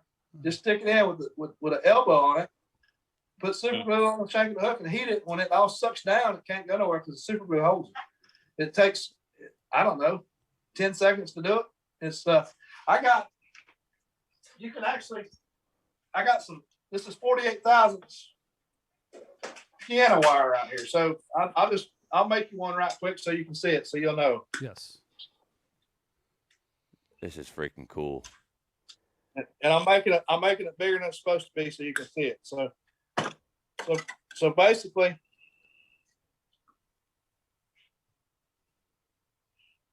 you're going to just build it with a wire, just make a little elbow. Now, this is longer than it's supposed to be. I made it that way so you can see it. So what you do is you lay this down the shank of the hook. So this is going to come up and go out. You're going to put your heat shrink over this piece right here with a drop of super glue underneath of it. When you heat it with a lighter, it sucks down and it glues it tight and it will not move. Wow. Or if you want to do it this way, I build rods all the time. You can use like thread wrap, putting guides on fishing poles. I'll wrap them sometimes with thread. It don't matter either way. And then I epoxy them and they don't go, they're there too. So what you want to do is don't make this. Yep. Yep. It's like clockwork. See, this is something that guys don't really think about when it comes He's to. Go ahead, Terry. We're back. Yep. So you don't want to make this elbow super long. You want just long enough to catch the plastic so it can't come down. So it's super simple to do. And if you're on the water and you don't have a keeper in in the boat, you can't make this. Just tie a uni knot on your hook right there. And do a 5 or 6 wrap uni knot, pull it down tight, and put a drop of glue on it. It won't go anywhere either. It'll hold your bait the same way. So anything to hold your plastic up is all you need. That's a good tip. Hey Terry, when you're putting that super glue underneath the heat shrink tube and putting the lighter to it, isn't that super glue pretty flammable? No. I mean, you're only putting a drop on there. You're not like putting a flame right up on it. You're holding it underneath of it just for the heat to do it. It's not going nowhere. All right. Yeah. Wow. Real quick, Cool Terry, stuff. I did see one other question from Bobby Luthia come through. What knot are you tying when you're punching? I'm assuming he's asking, are you snelling or using some other knot? Yeah, so 99% of the time I snell. Just for the simple fact that knot or a bottom bar, a lot of times your knot will get kicked off to the out of the hook. Your weight comes back crooked. I really feel like the hookup ratio is better with the snell. And every time you pull up on your bait, it kicks the pinchers out on your bait, give it creep more action. So I just think it's a whole lot better to snell when you're flipping. Yeah. I'm a big believer in snell as well. I want to remind everybody you're watching a brand new Bash U Live tonight. We've got Big Show on. We're talking all sorts of modifications. We're talking soft plastics, flipping, everything in between. If you've got a question or a comment, please hit us up. Hit up Riz on the IM or hit us up on social media. Show, can you hang in there with us for a little bit? We're going to take a commercial break. When we come back, we're going to corner you on some other bait modifications. Can you hang with us for one more break? Absolutely. I got a really, really good one for you. Okay. All right. All right. Hang in there with us, everybody. When we come back, a Big Show and BU Live. Hang in there. We'll be right back. Moment on the water not spent fishing is a moment wasted. That's why Minn Kota and Humminbird have joined forces to bring you the One Boat Network. Products that communicate and integrate to help you take full command of your boat. Born from our commitment to making the most advanced fishing gear even better by making it work together. The One Boat Network will help you find, get to, stay on, and catch more fish. When One Boat Network products talk to each other, they can navigate your boat automatically. They can give you a crystal clear view of what's below with no messy wires. And they can let you lower, raise, and change shallow water anchor modes from anywhere on the boat. But that's just the beginning. We're never done innovating, integrating, and making your boat simpler and easier to control. All so you can make every second on the water count.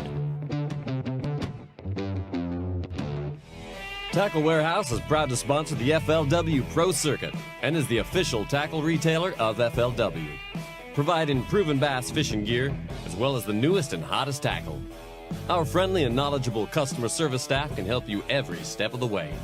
And we offer free ground shipping on orders over $50. Tackle Warehouse. Everything for the bass angler at the lowest prices. Guaranteed. I have to be constantly on the lookout for new techniques to stay on the top of my game. Giant. Some have been more successful than others. Giant. The finesse fingernail. Happens every time. The chain gang. Broke it off. The crow's nest. Never let go. And don't even get me started on tackle management, especially trying to stop rust and corrosion. Peanut butter. Not good. Motor oil. Gotta keep the rust off all these baits. WD-40. Gotta keep the rust off.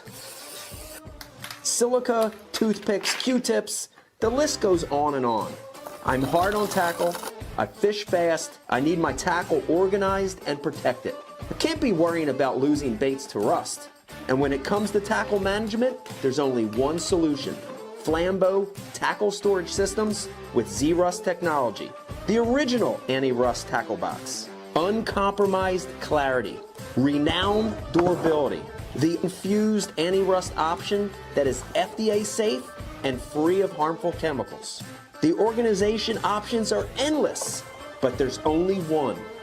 One box, one anti-corrosion technology, one family-owned, American-made brand, Flambeau Z-Rust Tackle Solutions. Preserve, perform, repeat.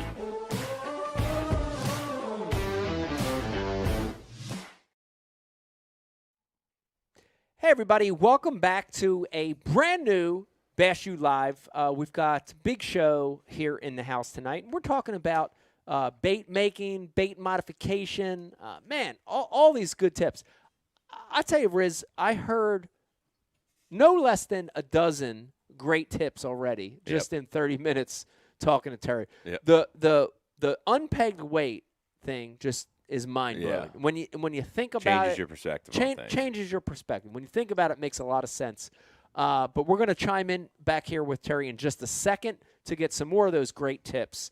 There's people watching right now, and it's their first time watching Bash U, and they're saying, oh, my God, Where has this been my whole life? Right. These tips are unbelievable.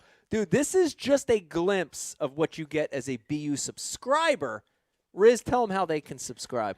Guys, right now we got a great deal going on for you over at bashu.tv. Get full access to over 800 of the best bass fishing instructional videos in the world right now. Wow. And you can sign up 50 days for free or get $50 off your annual subscription. Now, guys, this isn't only we're giving you information on how to catch more bass. We're also going to set you up with the Pro Member Benefits page, which gives you up to 40% off on the whole family of companies we work with. That's Rapala, that's VMC, that's Cash and Rods, that's all these great companies like Flambeau, TH Marine. I got all this stuff here in front of me. Guys, so we're setting you up with a great discount.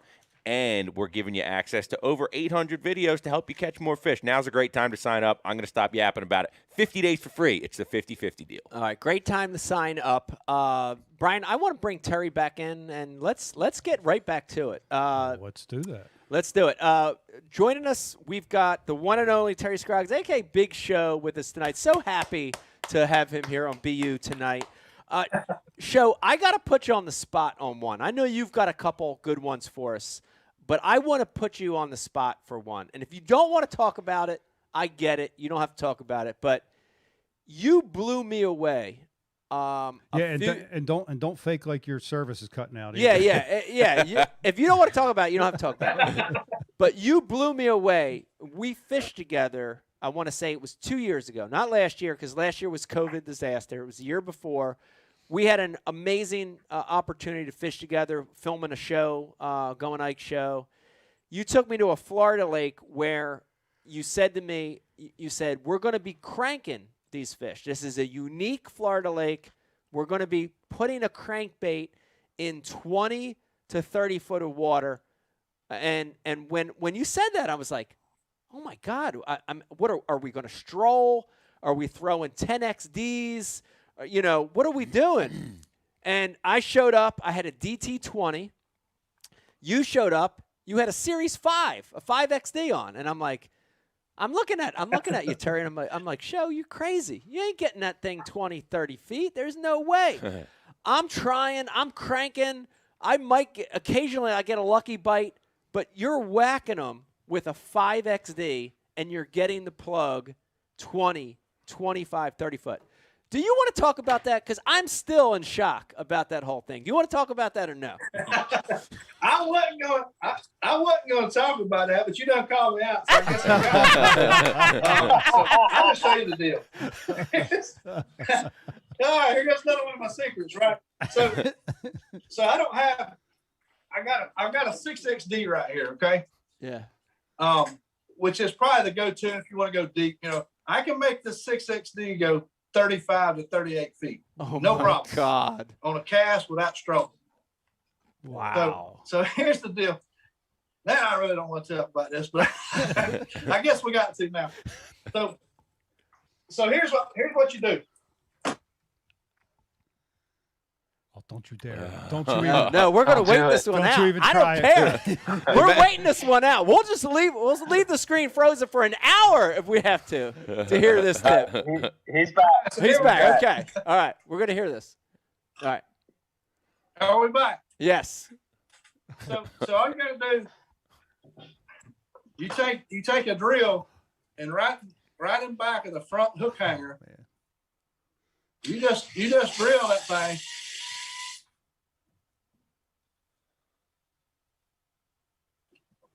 That is a quiet drill. So you get through. Yeah. Tell you sideways. Okay. Go to Tractor Supply or wherever, or if you got 2 shots, you got a syringe. Fill your syringe up, one full. I guess this is 3 milliliters. Fill that full of water. You can do it oil or water. I do it with water because to me it just works better. You just take and stick your syringe in that hole, pump it full of water, take JB Weld and wipe right over it. Wait 10 minutes, and your bait will go 35 to 38 feet with no problem. All right, what other baits? What other baits can we do this wow. with? Can we do this? Can we do this with like a 1.5 crankbait? Like You can. So what happens Turn when this you phone start cranking sideways. this bait? You got the phone wrong. Rotate. Yeah. Sorry. There So when you start cranking, your bait goes down in the water column, nose down. Well, the water's going to go to the front end of it, so it makes it all the weight goes forward in it. Anytime you're cranking any bait, you got to deflect it off the cover, off the bottom to generate a bite. So what happens once this thing starts digging the bottom? It don't matter if it's weighted or not. It's down there digging in the bottom. It's just tracking all over the bottom, and they can't stand it. You know, we used to be able to stroll, and the only thing that was good about strolling was getting your bait to the bottom where it would hit the bottom and generate a bite. So we can't do that no more. When you weight your bait, you get the same results, and you don't have to go nowhere. You can sit in one spot and make. Another thing, when you weight it, you can cast this thing like 100 yards. Stupid crazy. You can make very long casts, crank it like 10 or 15 casts to get it down through the water column, and then just stop it, and it will sink all. It'll sink and hit the bottom like a jig. Your line just goes slack when it does. How about that? That is wow. Incredible.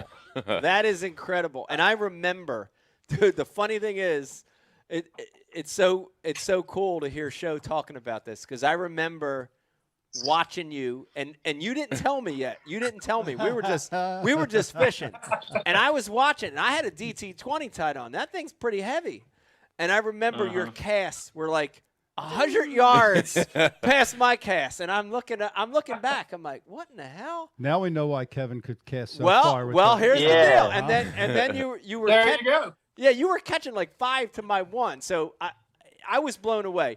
But Show, give me the truth. How many of those Strike King guys in that era, in the KVD era, when he was winning everything, and there was a couple other Strike King guys that were doing real well, Mark Rose, how many of those guys were doing this, and they just didn't talk about it? All of them? KVD said he can outcast anybody. I guarantee he can't outcast me. But when he's making 70-yard casts, there's a reason why.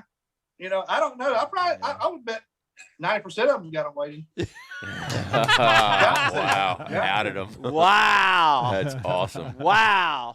That is incredible. What a cool little tip there. And we appreciate you, Show, for telling that, because you didn't have to tell that one, but that's one that just blows. That's a really, really good secret. That's a good one. Yeah.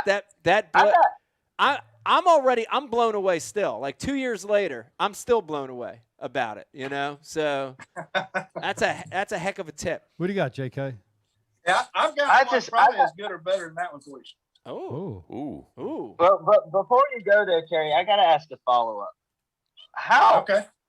It's still boggling my mind, whether it's oil or water, I don't really care about the 3 milliliters thing. Yeah. That just doesn't seem like a lot. I've heard about this tip. I've talked to guys about it, being with hiring all kinds of guys. I've known guys talk about it. They're going to be really mad about this, by the way. But why just 3 milliliters? I figured you'd had to just almost fill the thing up, but just 3 milliliters seems like such a small amount. So it don't take a whole lot of weight to make that bait sink. Okay. The less weight you can put inside of it, the better action it's going to have. So what I actually do, I start with that. I drop it in my pool, and I see the rate of fall that it has. If it's not falling good, I'll add more to it. If it's falling good, I'll leave it like the way it is. About what do you want to see for the rate of fall? Like a foot per minute, a foot per second, or like what are you looking for there? A foot per second is really good. The 6XD is really good with it weighted, and the fat-free shad is really good with it weighted because it has such a wide wobble anyway. And once it's digging the bottom, it really don't matter. If it's down there grinding, it's all about getting it down there, getting it in their face, and hitting the bottom. So if it's doing that, you're going to catch fish with it. Yeah.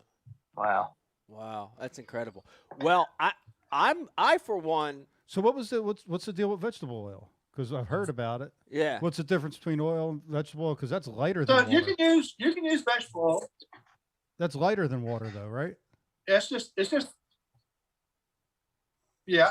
To me, I think water's the perfect deal. It's super thin. It's not going to get any thinner than that. So it moves around inside the bait really, really good. Yeah. And the reason the reason I do it, I can put a drill in my boat, and if I need to weight a crankbait, all I got to do is stick a syringe over the side of the lake and fill it up full of water. So right. I don't need to carry oil with me.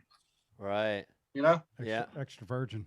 Wow. Now the best, the JB weld that you really want to use is the 2-part where you need it, because it's a super putty. You know, they make a JB weld. It's a A and B part, and I use it a lot, but not for plugging a hole. You want that JB weld that's in a stick that you need because it's super thick, and you can press it in a hole, and it won't allow water to go in or out of it, and it turns rock hard in just a little bit. Yeah, yeah, I know that one. I've used it for my boat before when I pop holes in it. So I know Stuff works pretty well. Stuff works really good. It fills holes in a bass cat, and it does the crankbait as well. All right, Show. I want you to get to it. If you're telling me you've got a tip, you've got a mod better than that, I got to hear it. I got to hear it. Go for it. What do you got for us? Okay. All right. Well, here's another. Dum, dum, dum. Cheers.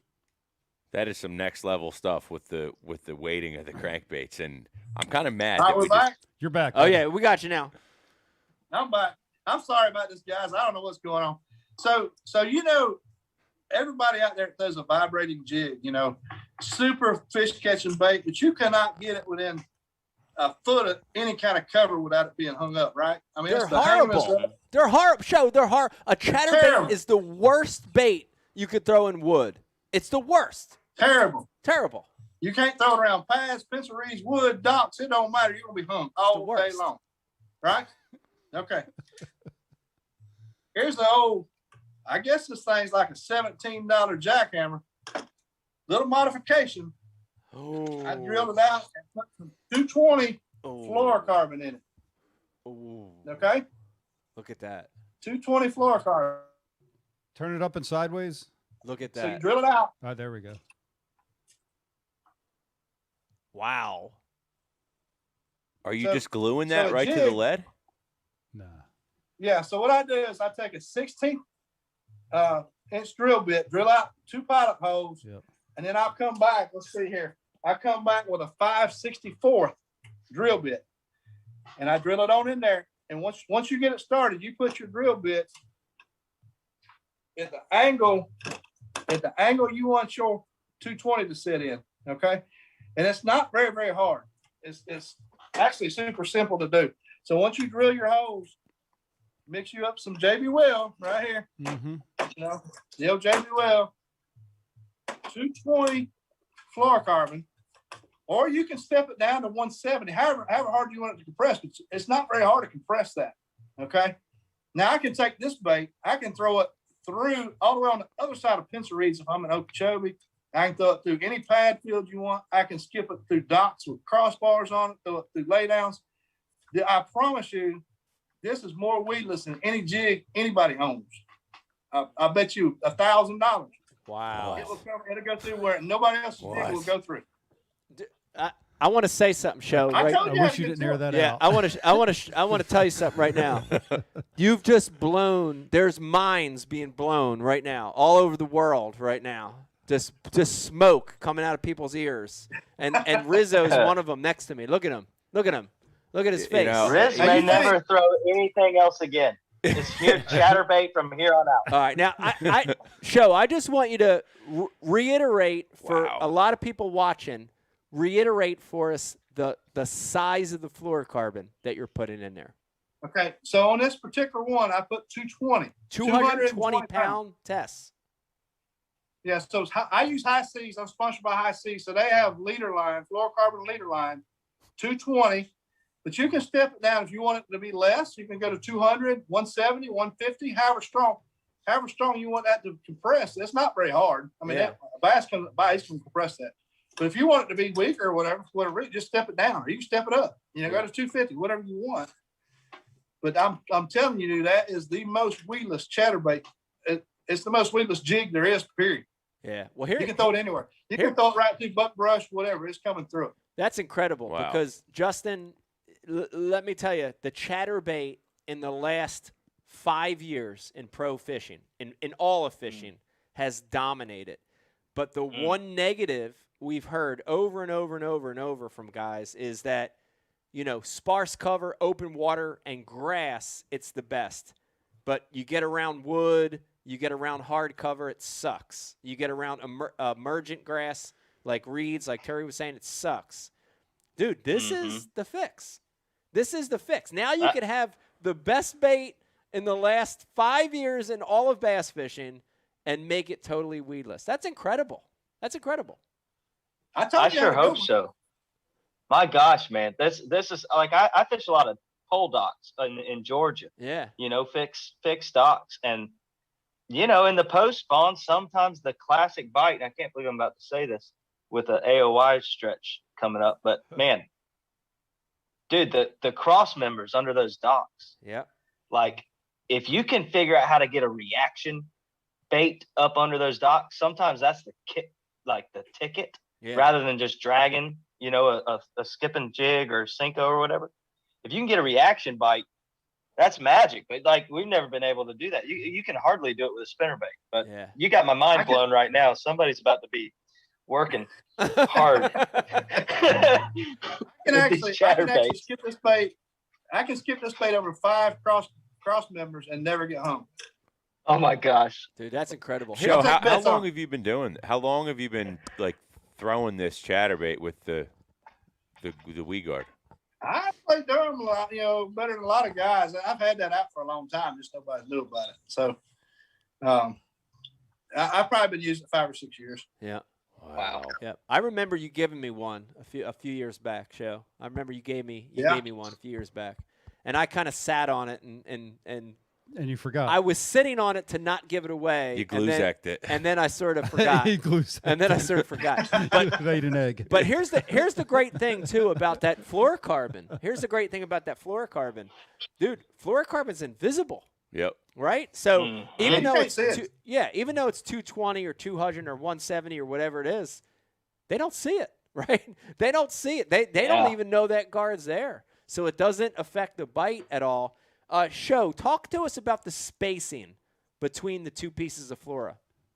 So basically, this is a jackhammer. This is one of these high dollar, vibrating jigs. I did it just to show you how you could do it. So people, I'm not going to do that and mess that up. I did it just to show you that you can do it.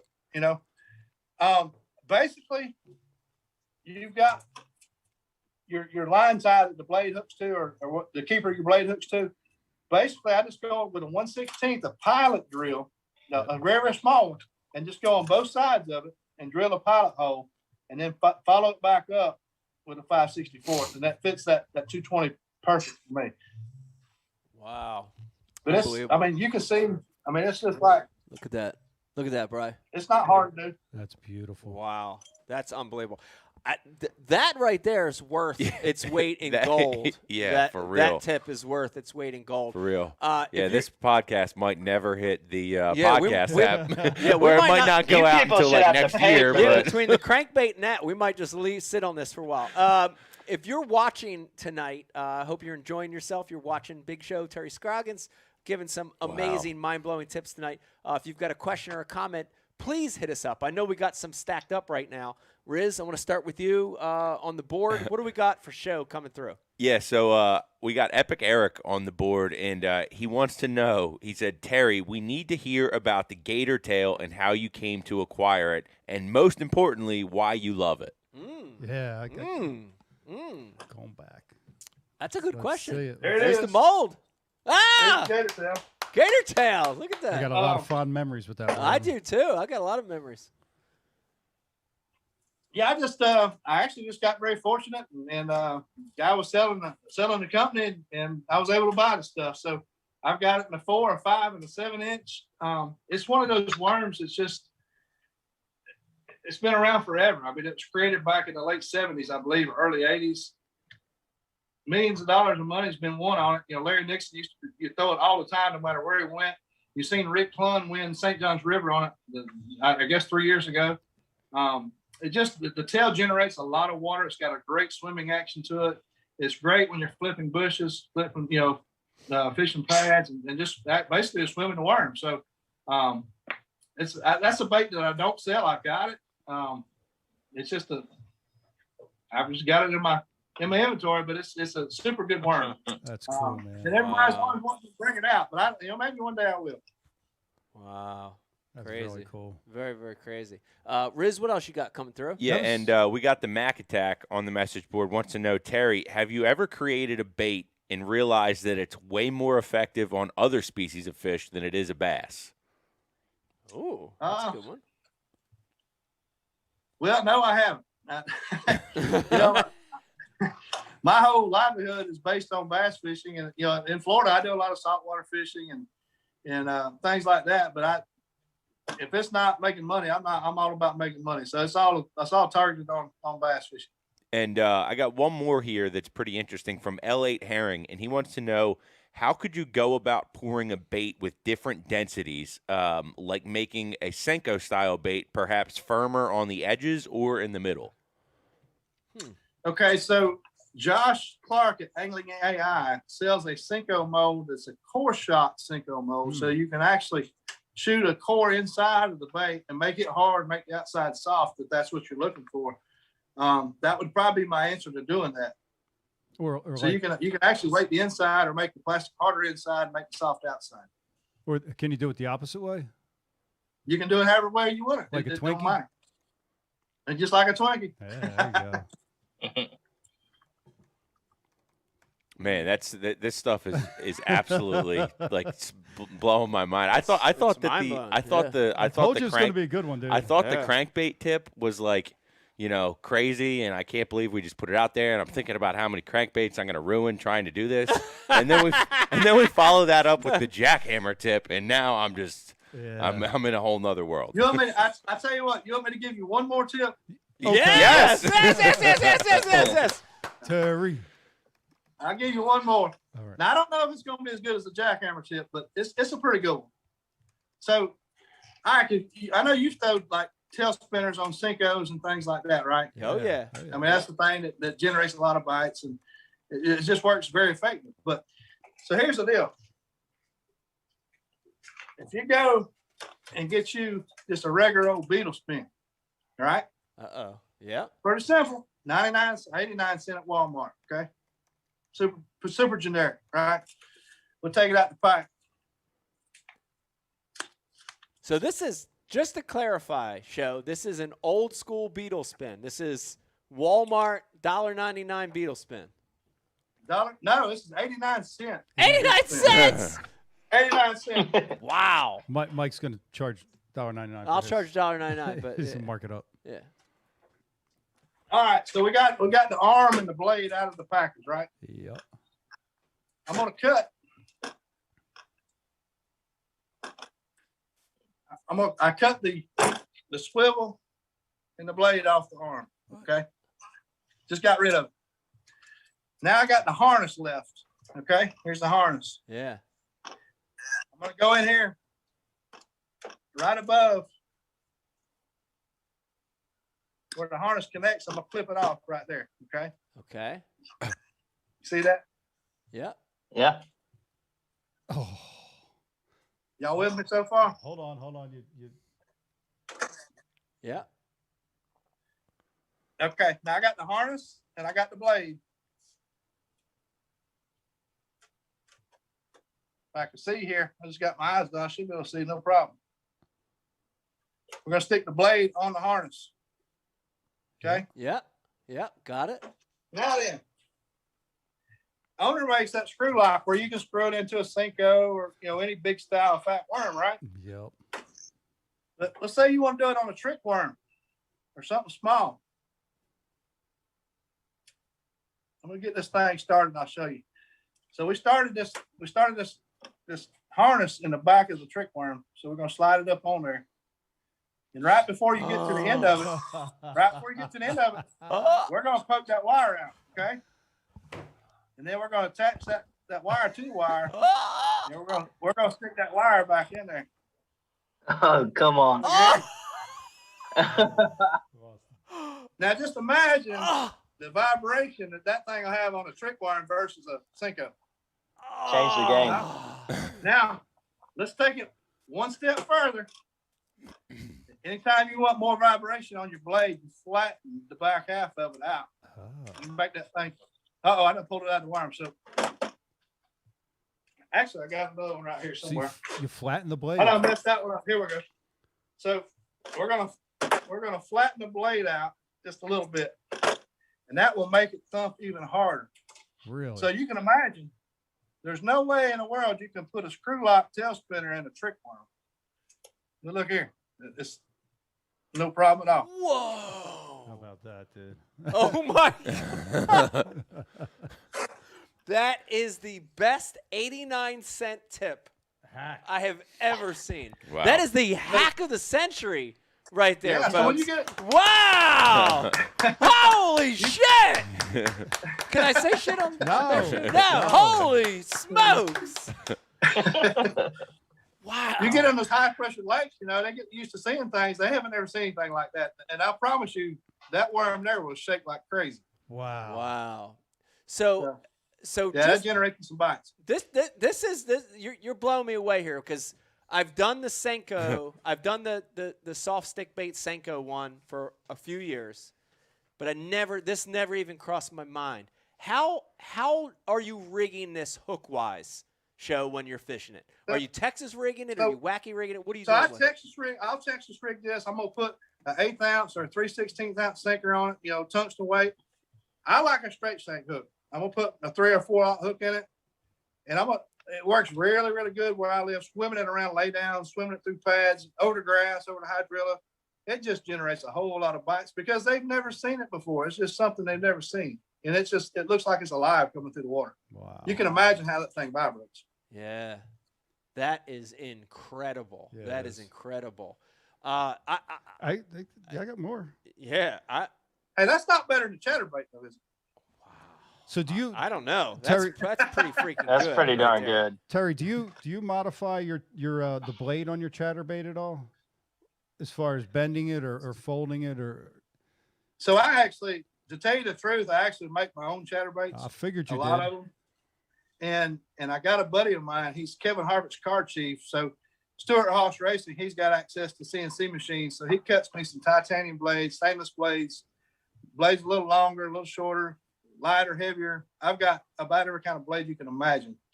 And I ran through them all. So I like my chatterbait in the hunt to go through the water column and just kick out. Yep. And to do that, I found that if you make it just a little bit longer, and if you look at a jackhammer chatterbait blade versus a regular one, it's just a touch longer, and it hunts a little bit too.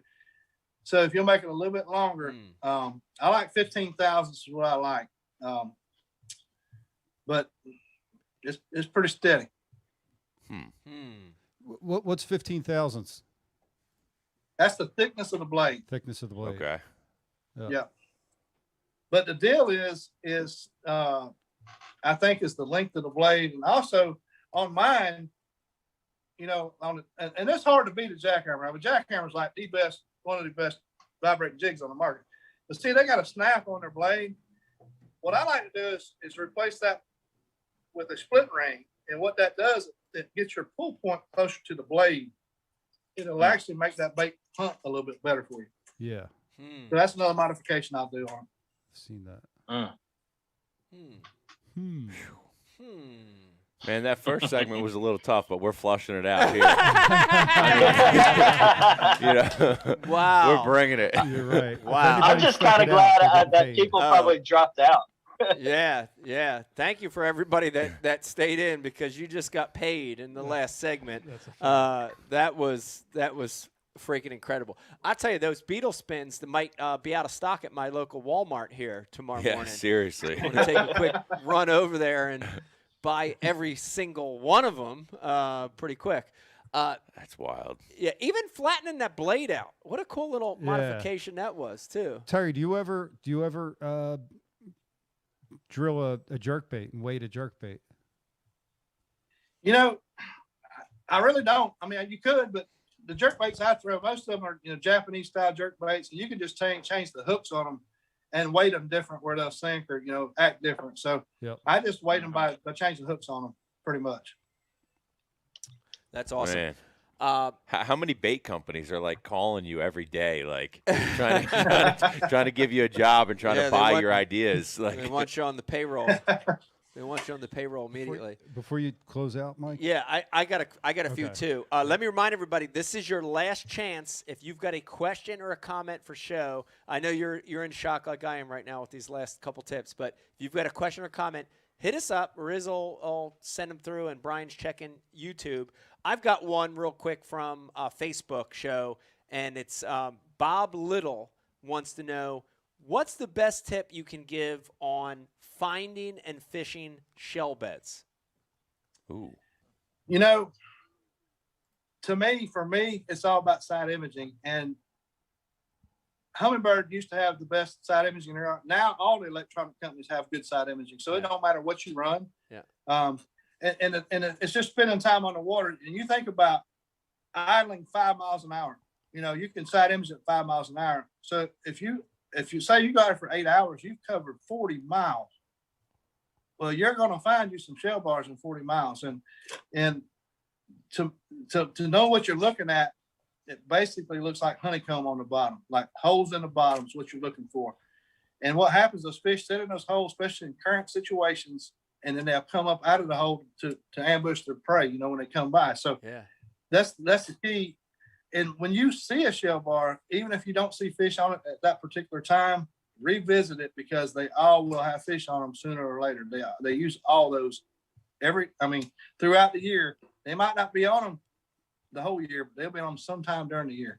Yeah. What is that honeycomb show? Because I've seen it before, and I there were times when I've seen it and I thought, oh shit, they're shell cracker beds or they're bluegill beds, but it's actually shell. That's what it. Yeah. Yeah. So everybody thinks that those are shit, like those are brim beds, and they're not. I mean, there's some big name pro guys that think they're brim beds, but they're not. Right. I mean, that just, you can go there all year long and those holes are going to be there. Yeah. But what I do, I set my electronics up at 100 feet. So I'm shooting, 200 feet sections, and I just go.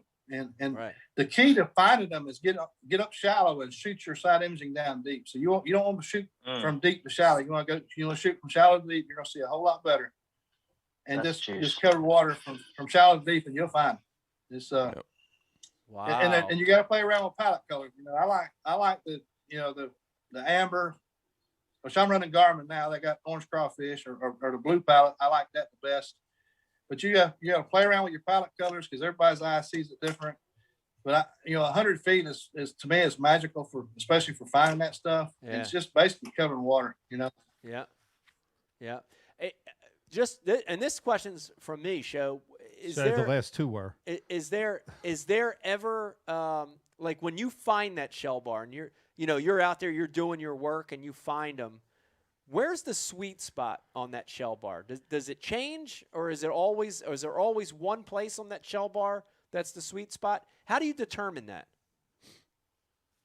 Well, on the St. Johns River, they do change because of the current, because the tide's coming in and going out. Yeah. And a lot of places, the tide doesn't play a factor in it. In some places, they're only there on incoming, and other places they're only there on outgoing. So it's just spending time on the water knowing that. And like if you find a new shell bar and they're not on it, and say the water's coming in, go revisit when it's going out.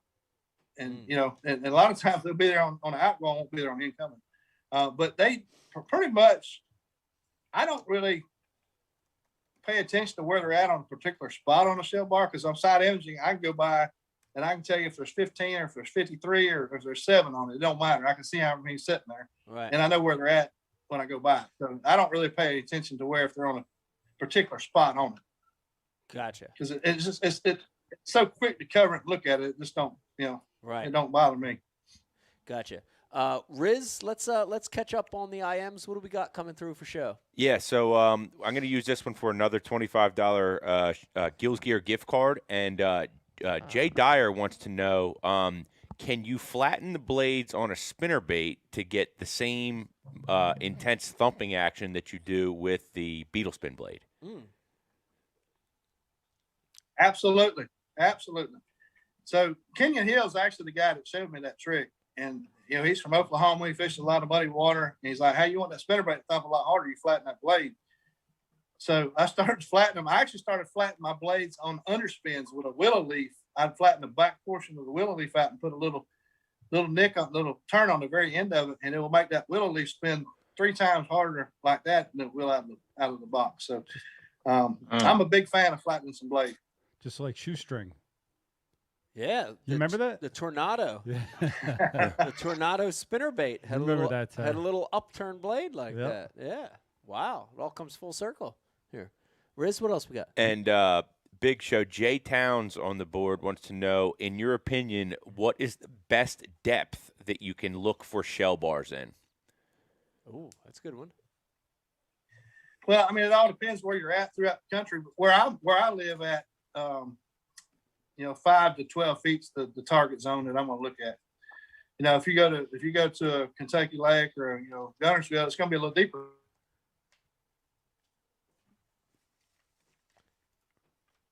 Yeah, or if you're in South Jersey, it's like 1 foot. Yeah.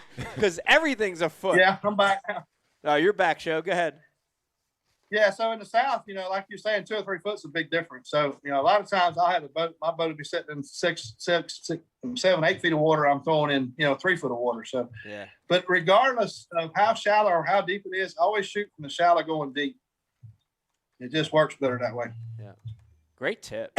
That's a great tip from shallow going deep. I wonder, Show, do you have enough experience with active target and live sight? Is that the same? Is that better going from shallow to deep as well?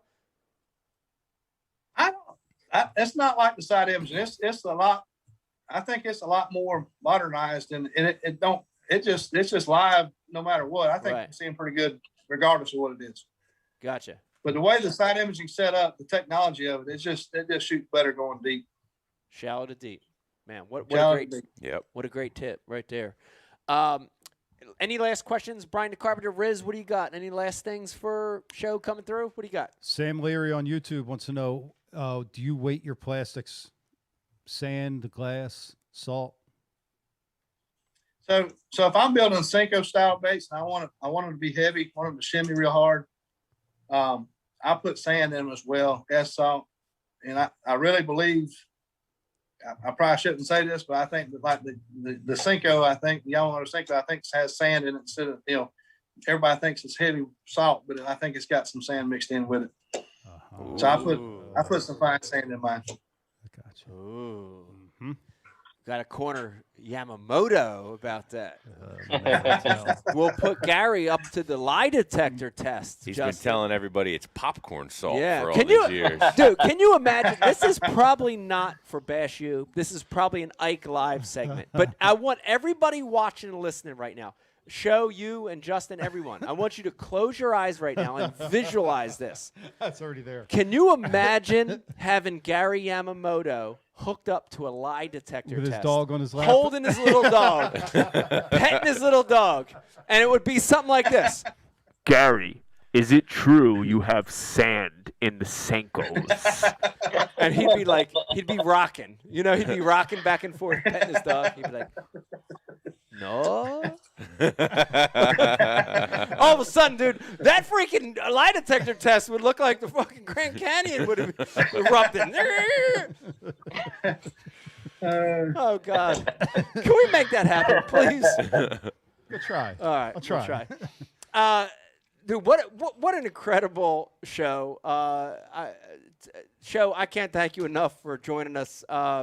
It's interesting because we had some technical difficulties in this show, but I got to tell you, and I'm being honest, man, I learned more in the last hour than the last 20 BU Lives. How dare you? Dude, I cannot thank you enough, dude, for sharing some of that knowledge with all of us here tonight, dude. That was incredible. Hey, I'm sorry about the difficulties there, but we had a good time anyway. Glad to share a few things with you. Dude, that was incredible. Show, before we let you go, if people are watching and listening right now and they want to get a hold of some of your soft plastics, what's the best way they can find them? How can they get them? Stanford Baits. It's Big Show Baits through Stanford Baits. They're at Tackle Warehouse. They're 100 stores throughout the country. You can go to their website, stanfordbaits.com, and get them. Very easy to access. If they can't get them, call me. I'll get you hooked up. Right on, man. There you have it. Big Show, everybody. Terry, good luck in your next tournament. Can't thank you enough for coming on tonight. Get ready for a lot of thank you, podcasts to be guys. calling you up after this one. It's a lot of Me Too's going to call you up now, Terry. Thanks, Joe. Thanks, man. See you, man. Thank Have a good one. There you have it, Wow. everybody. Terry Scroggins. Wow. Man, wow. Dude, talk about dropping Incredible. bombs, dude. Seriously. Talk about dropping bombs. I don't know, Justin, you're more of a hardcore Bash U fan than any of our subscribers or fans, even though you work here. Have you ever heard more bombs dropped in one night than what we just heard? Have you ever heard No. more bombs dropped? No, I took notes all night. Dude. I don't want to even, I'm not even going to show them all, but like, those are my hard-earned notes. Wow. But That's I got good. a page and a half. Yeah, because I Rich is just- going to I'm- delete I'm- half of it tomorrow before uploading. Yeah, Rich is going to delete it all. Yeah. It's going to be an This one 8-hour doesn't have a edit to chance. get this podcast up. Dude, This one doesn't have a chance. Here's what's mind-blowing. No, here's what's mind-blowing. In an age of, where we have access to the best information, right? Via phone, Becky's face. iPod, all that. Bassmaster Live, MLF Live. Dude, there are still secrets. Yep. There are Imagine how many more he still has. secrets out there. He didn't give it all up. Yeah, but think about it, dude. If you're a fish head like me, think about that KVD era when he was winning everything on the Tennessee River and Kentucky Lake, and he was getting his bait deeper than everybody. No kidding. Waiting his No kidding. 5 and 6 XDs and not saying shit to anybody. Uh-huh. Can you think about that? Think about the power of that. Yep. And the same thing with the chatterbait. Think about that. Dude, Yo, 99% of our viewers are stuck in the wood when they're throwing it. if Think that's about what legit, just happened. if that's legit, I'm telling you, that's game changer. Complete. It's a game changer. And like that word's cliche sometimes, That's a game changer. but this one's for real. That's for real. That's for real. Man, what a show! I'm kind of speechless. Brian, I know we had some technical issues, but I'm speechless about the show tonight. Let me remind everybody watching and listening, if you're watching this for the first time, minus our technical issues, listen to me.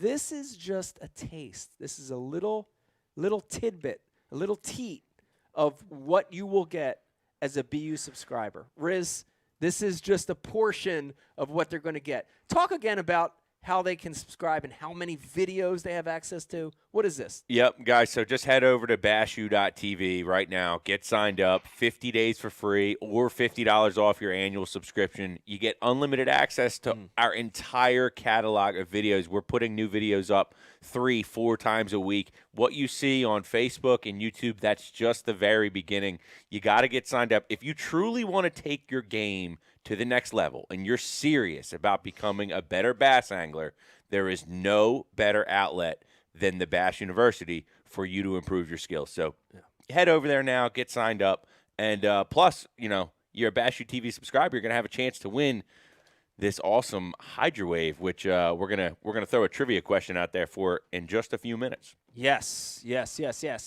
Okay, Brian Yeah. Carpenter, we want to throw trivia out there? What do we want to do? Yes. Clack, clack. What do we got? Let's do it right now. I said we do it right now. All right. This is fun. Rich's favorite mod tonight that you guys will never hear will get edited out tomorrow. So only the people that watch live will ever get this. Yeah. No, Right. seriously. What 2 drill bit sizes? Oh! Wow. Okay. Yeah, I got it. Okay. I Yeah. think I know it. What 2 drill bit sizes does Terry Scroggins use? Okay. 2 drill bit sizes that Show talked about in his chatterbait modification. One was a pilot hole. One was the second hole to put that 220 to 170 pound flora in. Yes. First to answer wins our trivia question of the night. Oh, we have a winner. We have a winner. Oh, Wow. my gosh. Justin, Sniped it. JK, it took all of 27 seconds to get that. I know. Jeez Yeah, which is Louise. basically just like the layover time of like when they hear Right. it. They instantly answered it. What do we got, Riz? Epic Eric, man, you can't keep that guy down. He just won himself a TH Marine mini Hydra There you Wave, go. my man. Heck yeah. Epic Eric, our homie. That's my wow. guy. He's good. He's listening. 1/16 and 5/64. There you That's have correct. it. 1/16 pilot hole, 5/64 main hole for the floor carpet. That's insane. Yes, that's insane. That's insane. I'm blown away, dude. Well, what a show tonight. I'll be honest. How many do you think he held? Dude, he gave us 3 or 4. He's probably got 20. Oh, yeah. He's probably got 20. But Yeah. He makes his own rods. We never touched we didn't even on get that. to it. We didn't get to the rods. I mean, there's so much. I'm And sure he makes his own skirts. I'm you know. sure. I'm sure. It's And I'd pretty love to wild. have Show back. We'll have Show back on, maybe one of these days when all this dumb Corona shit goes away. We'll get him in the studio. It'd be kind of cool. We'll check his Yeah. service before. Check his check his I'm gonna have service. to Yeah. get him on Check the his service. water. We're gonna have to get him on the water. Oh God, we gotta Like do filming. one with him. It's gonna happen. And you know what'd be great, JK, is to get Show in Florida, get him in his home turf, doing Oh, what yeah. he does. Can you imagine him out on the St. John's showing us those honeycombs? Showing us how he finds the shell beds and fishing them. Ken Dude, Dukes- I would watch that. Ken Duke says he runs and guns more than anybody he's ever fished with or seen. Yeah. You wouldn't think that. Running gun. Yeah. Hey, He's got hits in the I'll tank. just say this, all right? So I get to have some involvement in how we hire, who we hire, when we hire.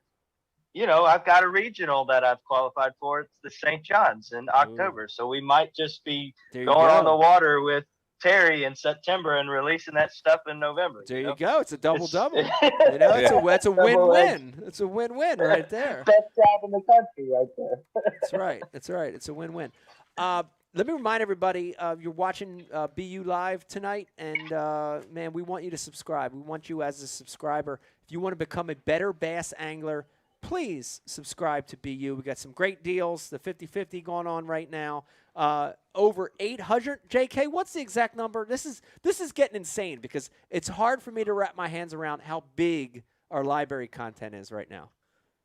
We are currently in the mid to high 800s. We're sniffing 900. We will pass 1,000 before the end of the year because we are releasing 4 to 5 videos a week right now. Counting the live show upload. Like we're shelling out content for you guys. We determined, thanks to you guys telling us that more was the answer, and we're pulling it off. Yeah. It's incredible. It's incredible. Information at your fingertips. One of the things I love about it, get on your phone, get on your iPad, your computer, at your leisure. Search whatever you want. We've got the information there for you. Brian Carpenter, what else you got tonight? I know we're going to wrap it up here in a couple minutes. What else you got? Next week, next Tuesday night, we'll be right back here. We got another good one.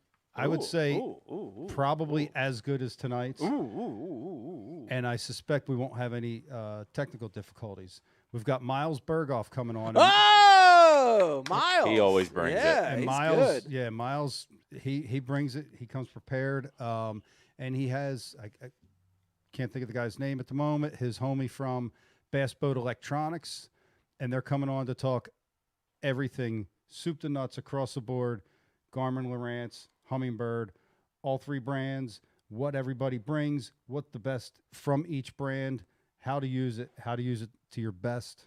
Wow. And Miles was the first that I saw that was using 3 brands.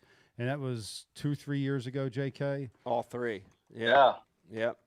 2018. Yeah, he was the first. And it's cool that we're doing that because I think in just a week or two after that, we're going to release the Patrick Walters seminar on the forward-facing sonar, his whole setup, sniping them, and how he uses the multiple brands. I don't know if he has all 3. I know he's running the Garmin and the Humminbird on the front. Yep. But that's pretty cool. Wow. I just got a comment from Epic Eric, and he actually said, as a BU subscriber yesterday, he saved $30 on an order that he put through the Rapala site with the VIP membership for the Bass U subscribers, so the member benefit. So that's another reason. You know what I mean? That's a 40% up to 40% off on Rapala. Come on, that's a big deal, dude. It's like 40% off tungsten. I get my tungsten all VMC. That's a big deal. every year. Man, I didn't even think of that. That's a big deal. I got an order in the cart right now. I didn't even think of tungsten. It's a big deal. Good call, JK. Riz, I know Yeah. we've got one other winner we want to announce. We've got the Facebook like and share winner. And what do they get tonight? They're going to get the Flambeau Load Your Boat. It's going to be a couple of Ike's Quotient Series tackle boxes, some regular Flambeau tackle boxes. We're going to be hooking you up, getting you fresh Flambeau boxes for this season. And congratulations, Mr. Rob Ellis from Saco, Missouri. You are the winner. Rob, congratulations. We got Shout one out more to thing. Flambeau. We do have another thing? We do. We do? One more thing. JK's got a list. Oh, we have a list. Yes. Okay. Let's hit that. Sorry. JK, about that. let's the top do the list. 5. What do we got? Yeah, it's going to be quick tonight because I'm not going to give you guys the juice. We got to wrap it up. But it's your top 5 Bash U TV seminars regarding modifications. Since modifications was the theme of the night, I'm giving you guys 5 seminars, the must-watch list again, that you need to go back and watch if you're geeking out and still with us tonight and want to know more awesome tips that have already been given on Bash U TV. Yeah. I'm not gonna give the juice up. I'm gonna tell you where to go watch it. Coming in at number 5, there's no particular order here. Modified blade baits to land more bass with Seth Fighter. Check out what he does to make his hook up to land ratio go through the roof. That's money. Mark Zona on his sneakiest soft plastic finesse rig. Very similar to Ike's tiny child rig. Okay. A lot of similarities there. Really cool modification in that one. And he does a few different things to get some more bites from sight feeders, particularly might help you with smallmouth or spotted bass. Number 3, Ott Defoe and his classic winning bait modifications. We filmed with him after he won the classic. He breaks out some of his tools that he modified his baits. Awesome. That helped him win the shout classic. Out to Ott for winning. Yeah. Shout out to Ott Defoe Yeah. for winning last week. Nice Guy job, just keeps Ott. winning. Congratulations, dude. It's awesome. Our very own witch doctor of modifications, Ike Anelli, your soft plastic jerk baits and fluke fishing seminar is a must watch for taking a soft plastic jerk bait and doing so much with it. I think there's a lot of time.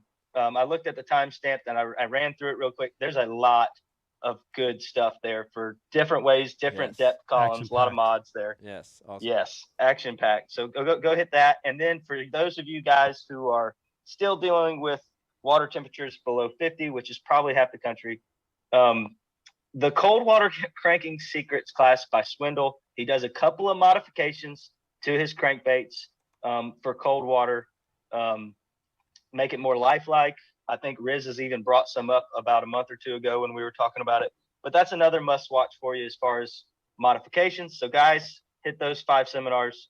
Hit me up when you go watch them. Love to hear from you guys. I know a few of you guys are reaching out to me when you get to watch the juice. I love interacting with you guys. Also, shout out to New York Chris Birch, sending me and I think some of the guys this tool right here. Really, really cool that you got this for me and sent it to me. And I know you might have sent it to Riz and BTC too, but it's a, what is this thing called? It's the Fizzer. Yeah, it's a Fizzer. Yeah. Yeah. I mean, you take this thing and he got the instructions from Barb. I think she's thought she is the standard when it comes to fizzing a bass. Can't wait to use these in about a month when I take those crankbaits and pull fish from 40 feet of water. Yeah. And they're all weighted crankbaits. Yep. Yeah. So yeah, shout out to Chris. Thanks, man. It was really awesome. He's a great dude. Awesome dude. And those are your must watch guys. That's it. That's a list. Great stuff. There you have it. Good stuff, JK. Awesome, dude. Awesome list. Hey, and again, shout out to Chris. I love our Bass U family. Epic Eric. Mm-hmm. I mean, that dude's a wealth of knowledge, and you guys can catch him on Travis Manson's Smallmouth Crush podcast. Yep. If they didn't get in a fight and quit already. Yeah. They may have. And real quick. But he's an awesome dude. I'd like to challenge Epic Eric and Smallmouth Crush to the Smallmouth 10s challenge Yes. that I recently posted on my social media.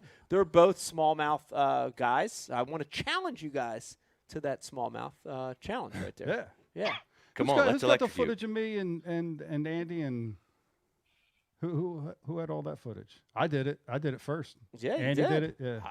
I don't know. Gone. Might be gone. Who knows? Good stuff. Did you start that challenge? Brian, you invented it? Actually, it was his. I think it was your idea. I had the unit on me. I was out there. Getting my shoulder work. Click clack. He had it on his testicle. Oh, shout out to all the people that say it's fake and all you clowns. But if you stick one arm in the water, does it magnify it? I don't know. No, that's a whole nother show. But dude, the comments, I love them. I love reading the comments. Like, that poor smallmouth, he was shocked. No. That poor smallmouth was out of water. No, he wasn't. Be quiet. You weren't even there, bro. As a matter of fact, we kept back it, to your troll we kept hole. it in the net. Yeah. While we were Those putting dudes it through. don't know anything. Whatever. Just stop. Just People on stop social media, stop. Exactly. Yeah. Dude, what a great show tonight. Once again, I want to wrap up by thanking our guest tonight, Terry Scroggins. A big show. A special shout out to him for coming on and giving away some great tips to help you become a better fisherman. I want to thank all our staff here tonight. Rizzo, Brian the Carpenter, JK. Thank you guys Pete? for thanks, chiming guys. in. Pete and, Sleep. and Pete, I hope you watch tonight. We're thinking about you. I hope you feel better. I know you'll be back next Tuesday. And last but not least, I want to thank all our viewers for watching tonight. Thank you for tuning in to BU. Check it out. Subscribe to BU, and hope you have a great night. We'll roll out to this Aquaview spot, and we got to play with it the other night. It was the real deal. Was that cool or what? Wow. Yeah. Dude, detailed. Yeah. I can't wait to play with it more. Yeah. You know what I mean? Yeah. We got to sample it a little bit. It was amazing. It's amazing. Hydrilla, floatisms. Yeah. Okay. More to come. Have a great night. We'll see you next Tuesday. BU Live. Good night. And recording technology and a true revolution in underwater viewing efficiency. The #1 name in underwater cameras, Aquaview helps you discover what's really swimming beneath the surface.